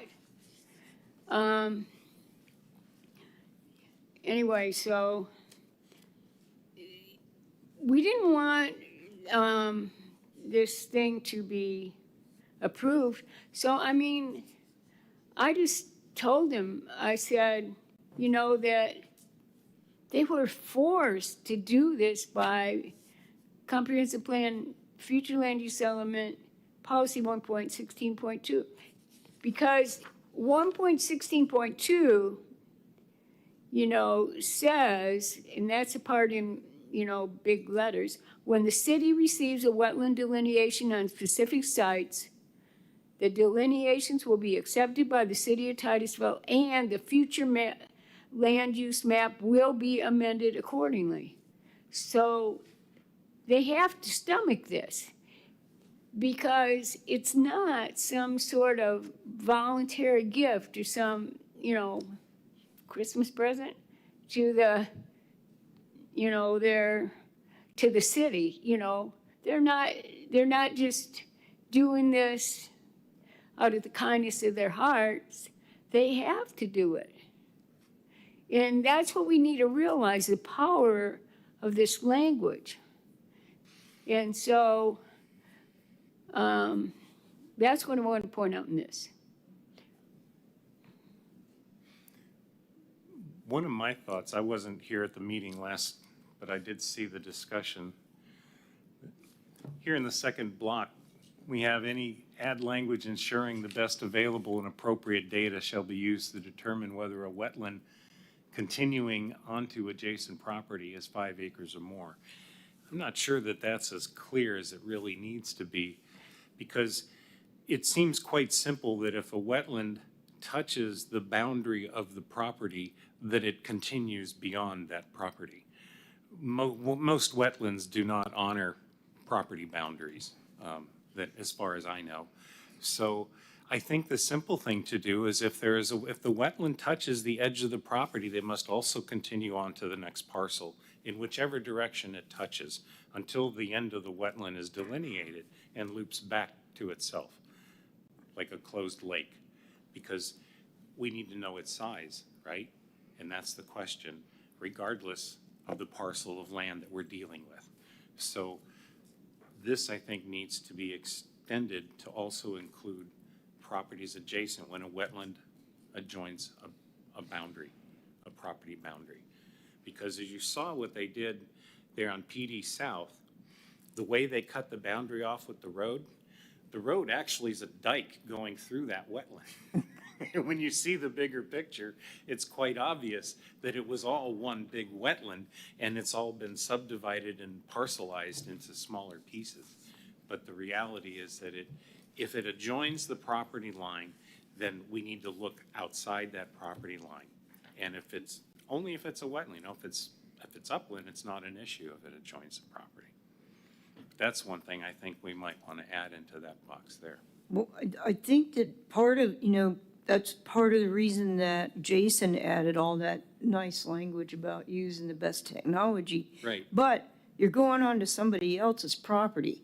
And that was the problem that we ran into with the hotel property. Not with Because GIS. All we can look at the GIS map and look at all the properties around it and look at the soil types and the wetland types, and we can get close enough without it being physically delineated to know whether it goes beyond that parcel. We don't look beyond the parcel. Same problem we're having in the space industry. Nobody looks at what's already been done and whether the current effects are even what they said they were going to be. So we end up with cumulated effects that we don't know where they're coming from because we don't go back and look and see what happens. This is one of those instances where it's clear, yes, you need the available data, but if you don't know what to look for, having the data doesn't do you any good. You need to look at the adjacent properties when the wetland condition, when the wetland touches the boundary, period. If it goes beyond, if it touches the boundary, you can expect it to go beyond. So the question is, does it go beyond well enough to connect to wetland on the other side, like it did with PD South? So we have to find a way of not just using the best data, but using the best technology and techniques and common sense to make this work. Because water doesn't follow the boundaries. Water flows downhill, as Stan keeps saying, and it's always will, so. But I think the language of touching the boundary is very, very powerful, Yes. Thank you. more than the technology. More than the technology. Well, it's low-tech technology. More than the technology, more than the GIS. Right. Don't even need divining rods. Exactly. Yeah. So I think that's very important language to add to that. Okay, thank you. Any other comments? Is there an existing part of the future land use policies that we can look at altering, or do we need to create a whole nother policy? That was a decision, that's what it. Do we have we don't have a natural resources department, so I don't know if we even have a separate wetland policy within the comp plan as per se. But maybe that might be something worth, I think that's, the discussion last time was that they, there was some, battering around of, where to place this language, because the state law requires, the best available data. But to put that in there, maybe we should dump this problem on staff and figure out how to, they need to address this with the best. We can't have another situation like the Hilton. the hotel. And they were not fooled by PD South. No.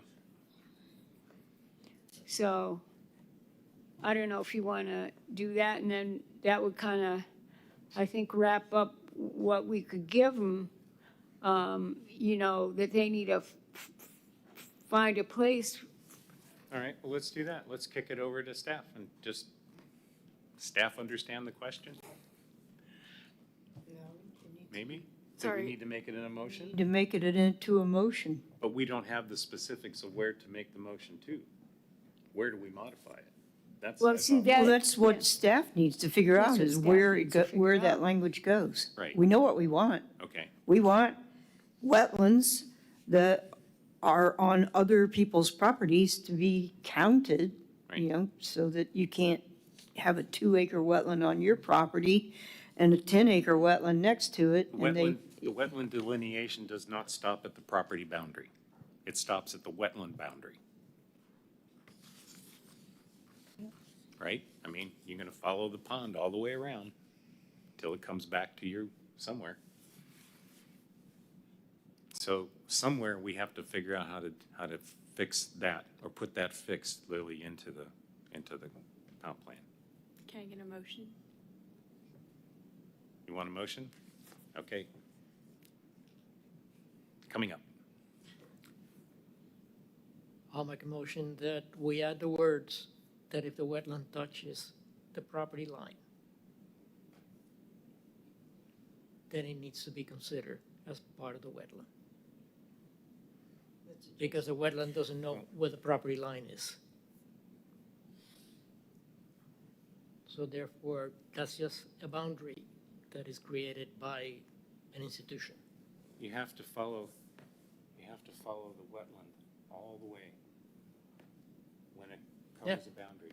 Right. So And- it's just not a consideration. They have to continue following the wetland delineation until it terminates back at their But property. if the wetland touches a property here and there and there and there, all those properties need to come.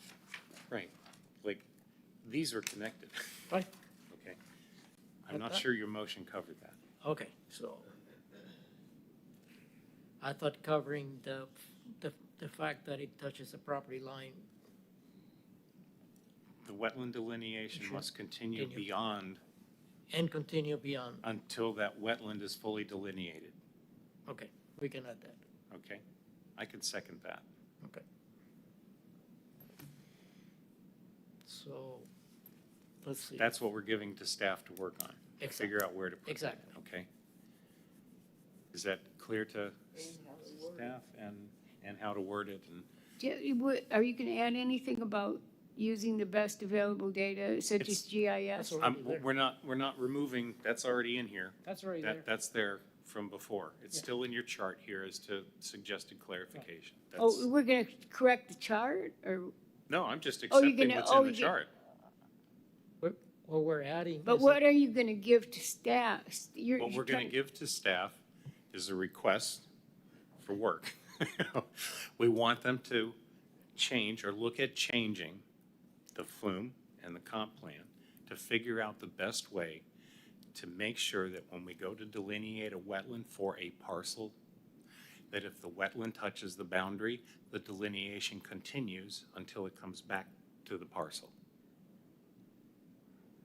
In other words, the wetland isn't open ocean. It's going to be a closed body.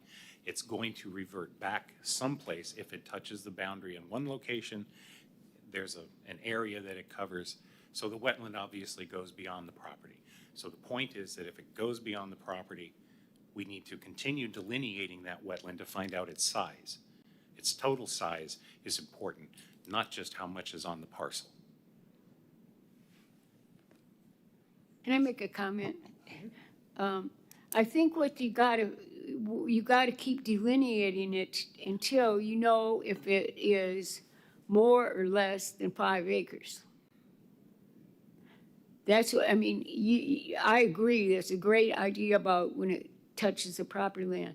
And you need to, because, I mean, for example, this was Well, my proposal is stochastic. It will come back with exactly the same answer every time, regardless of the wetland. It will always have to come back to itself because it's a closed system. oh, that's true. All right? Whether it's larger than 5 acres or not, that's where the cutoff may be for them to say, okay, that's enough, we're too big. But to know precisely, we really need to know. And that external delineation, I would think, maybe, potentially may not have to be to the same resolution as the one on the parcel, but close. In other words, what I'm thinking is we might be able to get by with what we have in the GIS, although Yeah, that's not as let's accurate. take this one from Yeah, it should be the delineated. PD South, for example. What they need to find out is, like, is this wetland in the left-hand corner, a separate wetland? Right, That's smaller than 5 acres. right. They can, use the best available data and all that. And like that wetland 5, which we suspect goes under the road, I mean, the one in the center, you know. But I think what the objection might be, and that's all we need to know for the project. In other words, do they have conservation land or not? Or they have, I agree it'd be nice, for example, in PD South, to know if that wetland 5, you know, that wetland that comprises 76% of PD South, you know, how big it was. Is it Right. 100 acres? Is it 200 acres? Is it, you know, maybe even bigger than that? That would be very interesting in valuing that wetland and the potential that we may have to save it. But for the practicalities of deciding on, you know, whether some wetlands in PD South can be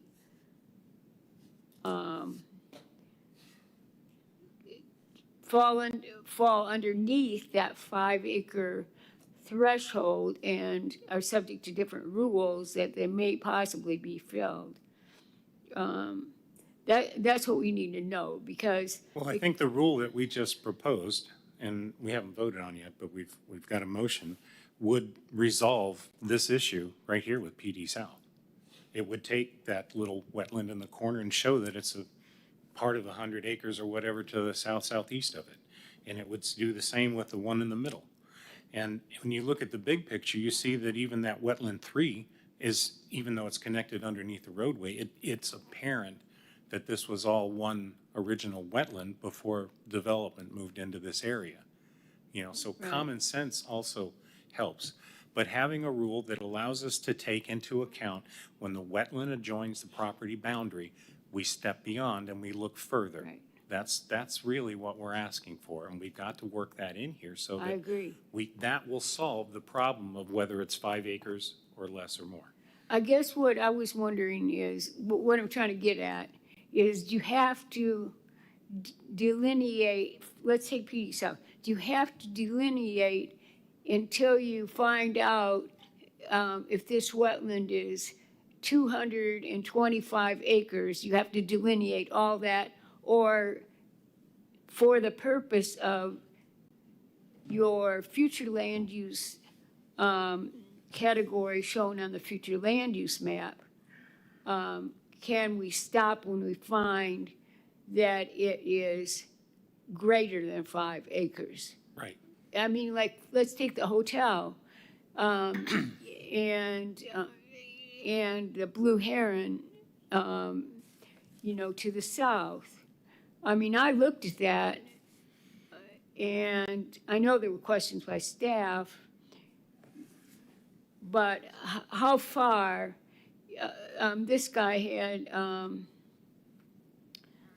3 acres. Okay, let's say he had 3 acres of wetland on his site, on the hotel site, which maybe, you know, more or less. But do you just need to go down Blue Heron until you find out that he has, you know, say 3 more acres or 2 more? How far do you need to go? You have to follow a huge wetland all the way around.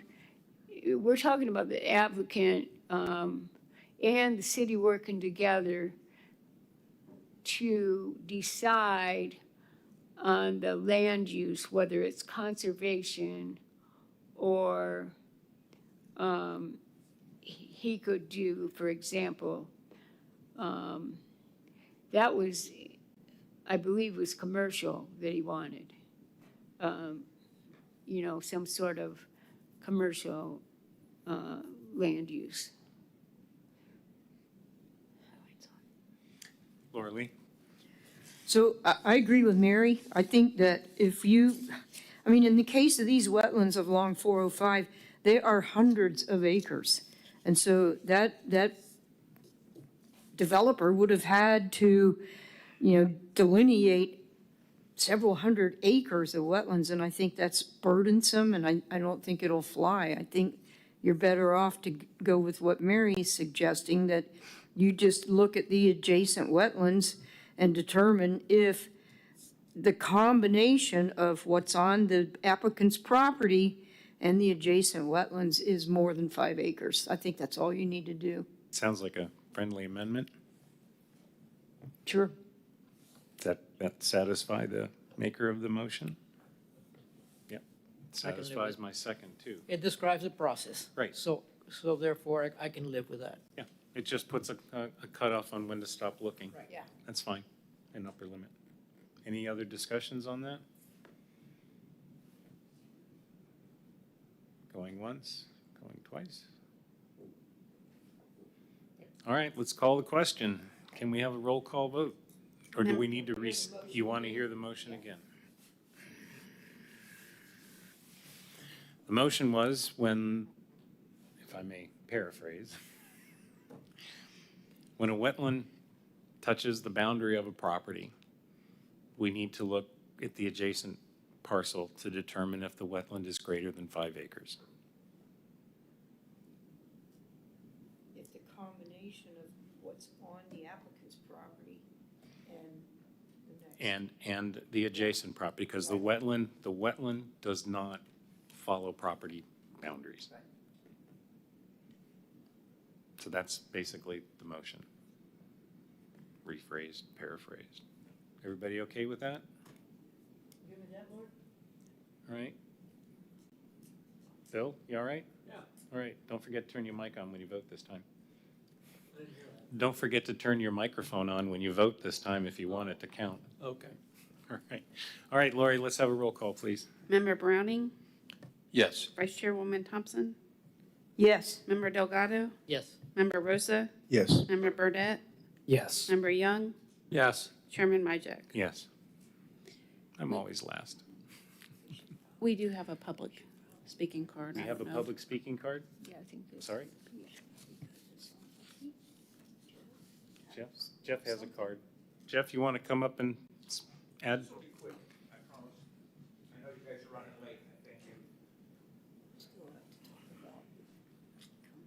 Hi, I'm Jeff Greenberg, living here in Titusville on Heritage Drive. And anyway, this is a topic that's very, very dear to me because of the community and the things that are going on in the community. Even my backyard, which happens to have what used to be a nice little ecosystem, but it's gotten degraded, shall we say. Mostly what I want to say is I think there's some very important questions that have arose tonight relative to wetlands. I've dealt with the subject back in the state of Wisconsin for 9 years, and it's a complicated one. You know, you listen to about delineation, 5 acres, or what is a wetland? What's the definition? And we're dealing with the difference, the contrast between policy and science. And they're not always this. Matter of fact, a lot of times they're not the same at all. So we have to be very careful because technically wetlands could be a definition based on elevation, relative elevation, which puts a lot of roads and houses and things in wetlands that are already there. Mike brought up the concept of biological activity as part of a wetland constitution, all the critters and all the different biochemical operations that are going on. So I would think that one thing that seemed to be very missing in all this is I think it'd be better to have maybe even some sort of confab on these topics and definitions. Talk about using GIS. All GIS is not equal. And deciding what's good, you say the best data. Who decides what's the best data? I'm very biased. I'm an earth scientist. I'm an environmental scientist. And when people who don't have that background go into it, they don't necessarily come up with the right answers. I think about things like the tree team, and you see something that comes codified as policy, and then you talk to an expert on trees and they go, how'd they get that? That's not right. So wetlands is really incredible as a theme. Bigger theme perhaps might be stormwater in general. You know, we talk about the wetlands and development, but we also think about the stormwater and its destination as it's getting redirected into the IRL as the major contributor of degradation of the IRL. So anyway, I would just recommend maybe, I don't know how the commission could do this, but maybe to have some sort of a, it doesn't have to be formal, but some sort of a gathering to discuss some of these issues and to look at things more broadly.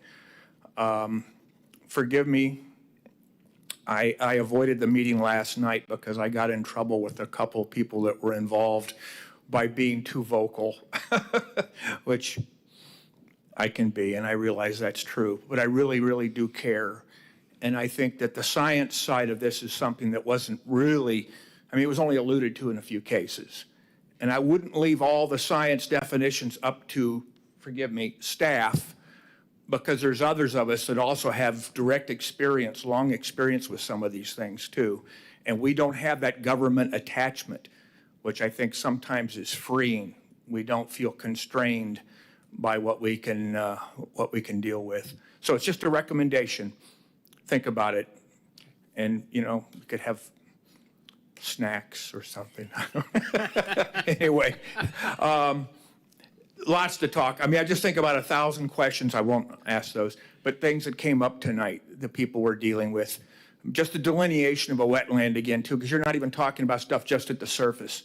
You're talking about groundwater movement, and that goes way beyond what's obvious at the surface. So anyway, thank you. Thank you, Jeff. I hope you'll continue to come back with and work on these statements with us as we work to modify our comp plan. I think it's one of the most important documents the city has. So thank you for your input. What's next? We are running out of time. Is there anything else we want to go into the third or fourth box, or are we going to call it done for the night? What do you? I'm not sure what we're doing. I'm sorry? We don't have anything under new business if we're moving with the. Well, I guess that's what we just did. All right, is there anybody else want to say anything tonight for petitions and requests? Yeah, I'd like to Alright. say something. Go right ahead. Okay. I was in a workshop this week, renewable energy workshop, and I learned that 3 states have a requirement that if the state builds a building or a facility and they have parking, they have to put solar-powered parking canopies over the cars. So they're trying to minimize the solar farms while you have the energy produced on the land where you're going to use it. So if 3 other states are doing it, like Pennsylvania, Virginia, and I forgot the other one, that maybe that's something we want to do here if we have all these developers coming here. Their thing is to put it on state land, but maybe we can make some kind of recommendation or somehow work through the city to see about that if someone builds a parking lot, they put solar all over it and supply it to the grid or to the building they're using so that you have renewable energy being used. So that was something I learned in a workshop the other. I didn't know there was some states that required that by law. So I thought it'd be something we should look at maybe. I know there are states that require that you have EV accessible setups in your new homes and apartments and so forth. Yes. So we can probably look, you know, we did some work on solar voltaic years ago when they put the PV panels on the visitor center. Remember? And Scott Larice didn't want to change out the meter, and for a year they just sat there generating energy that nobody collected. And now we got the right meter and it's generating something, but we never did get the Florida Solar Energy Center to monitor it for us. I know they get paid to do it. They don't get enough state money to do things. I see. That's a problem. In fact, Do you think we should go forward and try that again and see what we could do about moving the city closer toward PV panels, not just on parking, but on city buildings and pavilions and so forth? That was my other thing I was going to offer at this time. It sounds like an agenda item, that's why I was. Yeah, you may want to put these on the agenda, these two things on the Yeah. agenda. The other thing I was going to offer up was, one of the councilmen, a month ago or so, I was talking, and I mentioned that there's zero energy homes.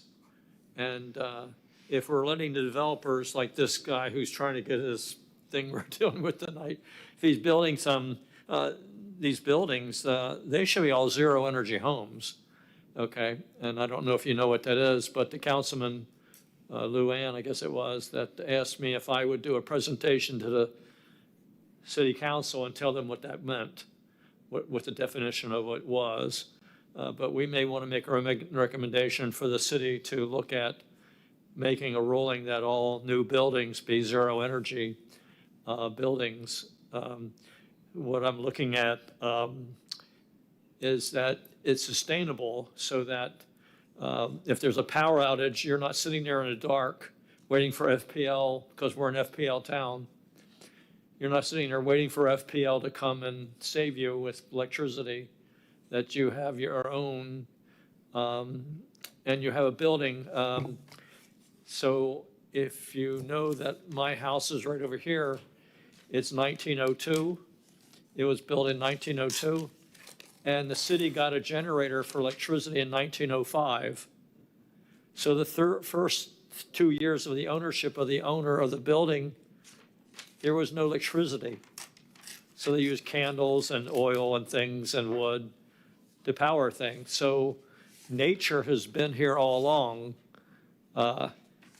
If you know Socrates, 3,000 years ago, Socrates wrote a book on how to solar power your house. Okay, so his house was solar powered because he didn't have electricity 3,000 years ago. But neither did my house in 1903. So nature. So what a zero energy house is you're using nature to do most of the energy production and consumption. But because we're an electronic world, you also add solar. So if you have a zero energy home, it doesn't mean you have these salesmen who call you up and harass you. I upset them when I talk to them. But you don't need 10 kilowatts. If your house is built right, you can do it with 2. My house is 2.6, and I'm going to add another 1.1 here in the next couple weeks. So I'm trying to get through the city. But so that means I'm less than 5. I don't need 10 because of the way my house is built. Okay? It uses nature, as Socrates talked about. Thank you for your report. Anybody else have any reports while we're in discussion? Yes, I do. Please, sir. One of my big pet peeves is litter, and I don't know if anyone else has noticed this in Titusville. This past summer, we had a contractor come through that installed fiber optics, and I don't know if you've seen these in your neighborhood, but I'm sure they're clogging up our baffle boxes everywhere. There's probably hundreds of thousands of them in Titusville. This is a cordage that they use for pulling the fiber optics through the conduit, and this says 1,250 pounds, and I'm guessing that it's going to take 1,250 years for it to degrade. And the workers are leaving their plastic bottles, and there's just tons of electrical tape. And I just didn't know if anyone else has seen this in your neighborhood. Yeah, I figure everyone has seen it, right? Yes. Yeah. And like, we're way behind the 8 ball as far as stopping this from ending up in the river. And I just wanted to ask if anyone else had any suggestions. I've seen it, and all this detritus in my neighborhood. Can we put that on the list for future agenda items? I will add that to our. I guess the item is What's- follow-up from utility contractors in the field, close follow-up, so that this crap is not on the ground for months and months and months after the utility has been completed. And then they run over it with the lawnmower. Exactly, yes. Yep. I wasn't sure if I should bring that up or not. I don't No, want to it's like. fine. No, that's a good nitpick, one. but That's a good it's, agenda yeah, I item. know everyone has seen this in your neighborhood. Do you want me to add to that is, if you look at my house across the street, the power lines and the cable lines and old AT&T, when they upgraded some of the lines a year or so ago, they put the new lines in and just cut the old ones and they're hanging. So when I drive down the road, I can see cables hanging from power lines and telephone poles and telephone lines and power lines just hanging down because nobody wants to take the time to pull them down, because that means extra labor, extra cost. And I think we need to say something for the city to tell these contractors, if we're giving them a license to do work in town, they need to clean up their act. Yes, yep. Okay, so we'll put that as another. All right, so here's what I've got for agenda items. Or let me finish reports first, and then we'll go through them. Anybody else care to have a report of any kind about any subject? I have a question for staff. Sure. Okay, all right. I have one. I was able to attend the Low Impact Development Conference with Lily and Laura Lee, and Jason was there. I don't know anybody else, but I mean, I learned an awful lot about what we could be doing with stormwater. When we look at the planned development that we saw today, PD South, they're still using dry retention ponds as their means for managing stormwater. We learned so many different ways how they can simply use swales and rain gardens in the same way and distribute it throughout the neighborhood so it looks natural, loving, and inviting, instead of being these huge ponds that never get treated or taken care of properly. And so the gist of it was that we can do it differently, and we can do it better, and we can do it cheaper, which was really the stunning thing, I think, for the whole thing, was that it actually cost less. So once they started learning that, then it's becoming an educational thing. And so when we go out for Earth Day next year, we need to be talking about photovoltaic. We need to be talking about trash pickup. We need to be talking about what we're doing with wetlands and how important they are. We need to let the public know that this is what makes our environment so special here, are these wetlands and the biological wildlife that they support. So I think we should also strive to get our city to provide more incentives for LID. I think it should be a requirement that every plan development should be LID. It just makes sense. If they're doing a plan, then the plan should have a low impact.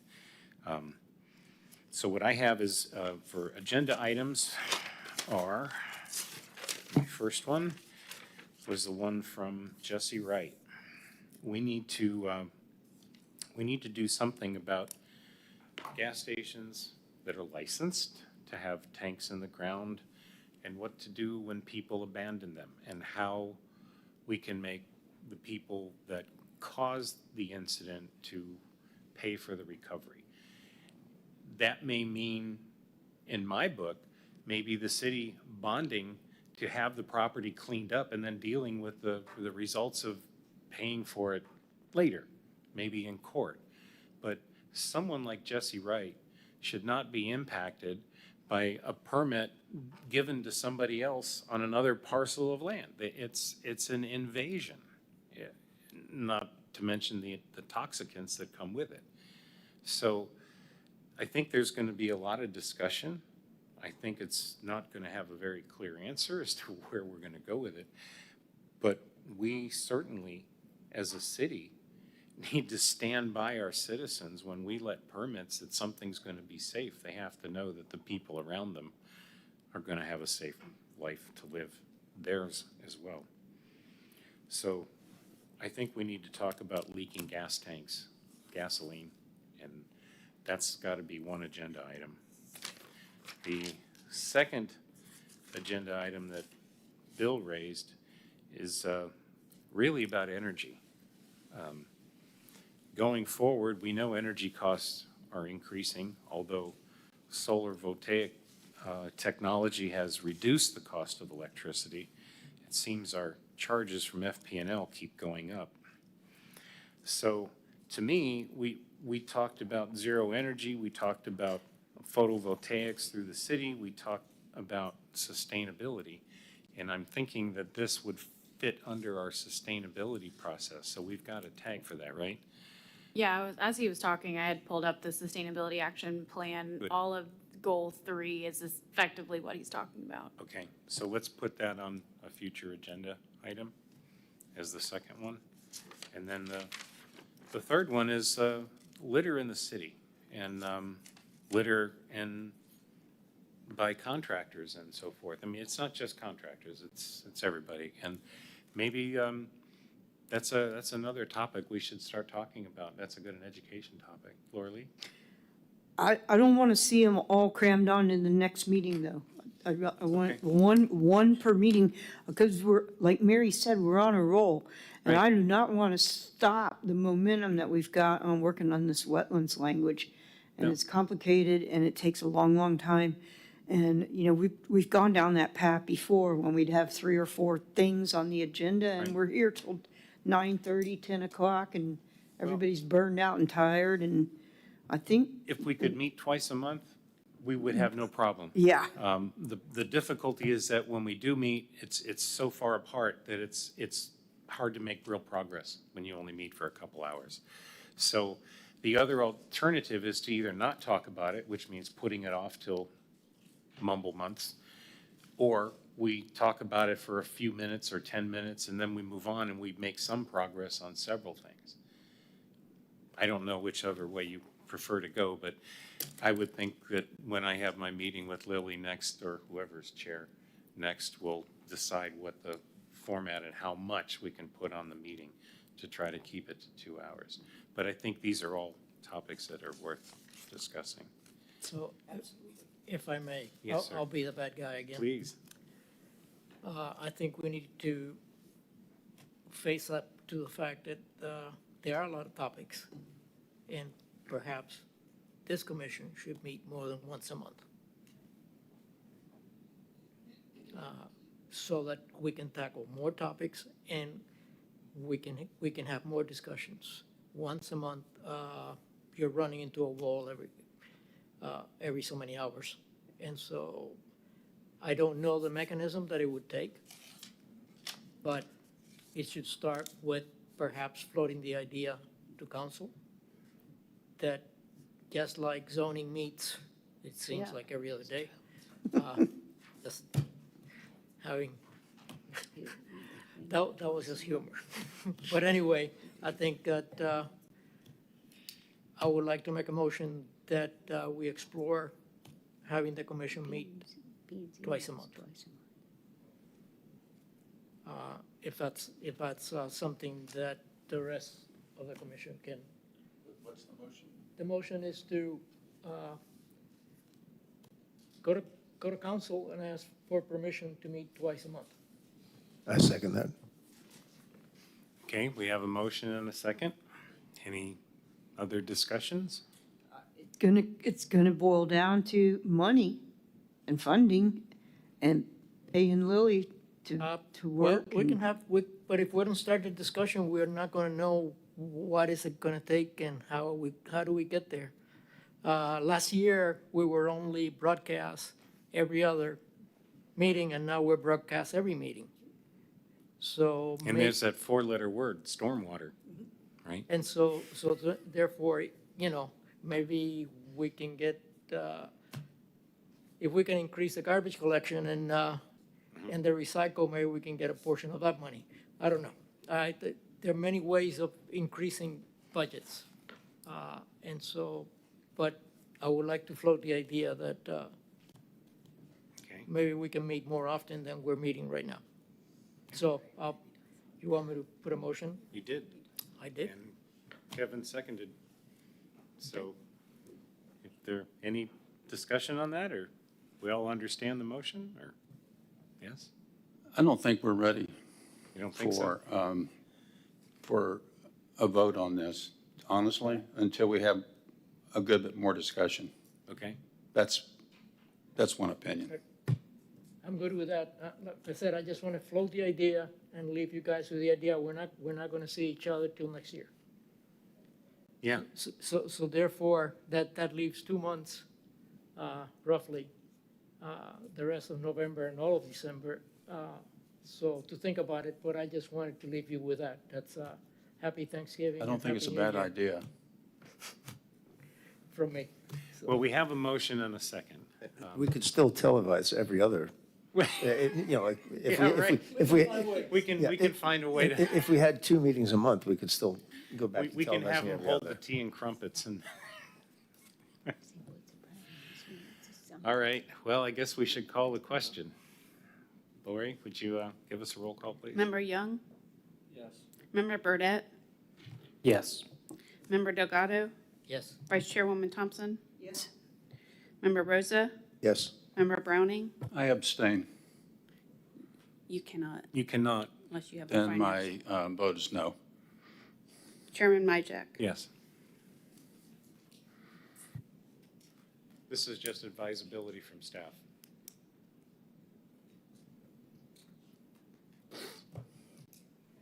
Okay.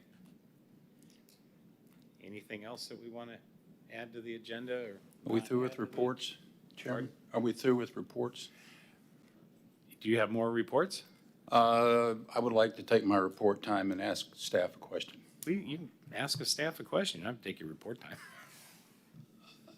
I learned today, Lily, that there's this thing called Senate Bill 180. Are you familiar with it? So I am not familiar with it. I read a Senate Bill 180 today, but it looks like it was passed some months ago. Yes. And now there are proposed changes Yes. to Senate Bill 180. Yes. And what precipitated this information coming out to me was a question that I had asked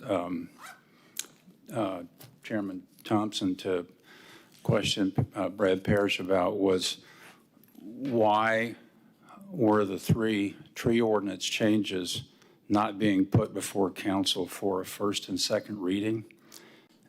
Because they moved to put those before council for a first and a second back on July 22nd.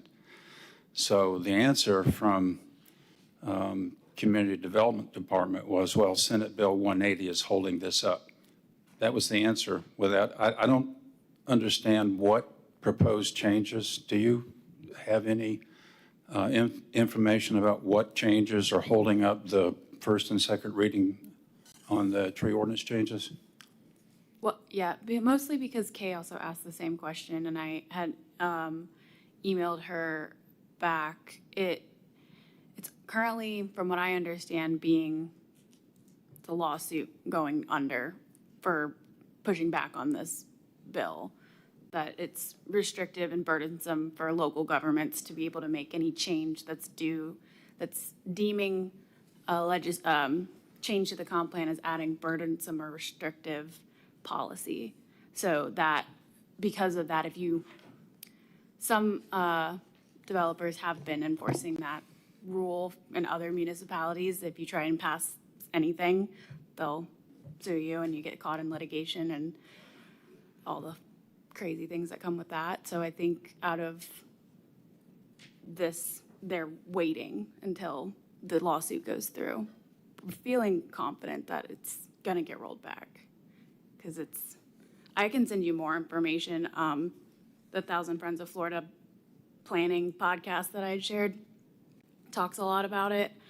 And a lot of also chapter 25-190 of the Florida rules kind of go through why this holds up a lot. And I'm pretty sure some years, like the evaluation and assessment reports and all those things, have been held up because of that bill. It's no one's favorite right now. Okay, thank you. Member Young? I don't know if everybody knows, but there's a group called 1,000 Floridas, and there's another group called Rethink Energy. They're in Tallahassee, and they do environmental legislation. They're nonprofits that promote and put legislation before the Florida legislature. So if you don't know about them, you might want to Google and find out about them and get on their newsletter list. What is that org again, Bill? The one organization is called 1,000 Friends of Florida. I have that one. I know about that. Okay, the other one is Rethink Energy. Rethink Energy. Thank you. Thank you, Bill. Anybody else have any last closing comments? Before I say yes. So Chris from Moliere was here last night because the council had to approve the contract for the nanobubbles. And as we were walking out, he made a comment to me. He said that he has been to city council meetings all over the world, hundreds of city council meetings, through his job. And he said most of the people that he sees at city council meetings are angry citizens, and that he had never seen a city council meeting like the one that he saw here last night. He said he had never seen as much passion for a community from community members as what he saw last night. And he said he concluded it by saying that he was proud to be associated with the city of Titusville and the nanobubble project. But I thought that those were really good words that I thought people would like to hear. Yeah. He was really impressed with what he saw. The behavior of the room, the behavior of the council, the professionalism, everything was really good last night. It was a big win. Well, the last thing I have to say is meeting adjourned.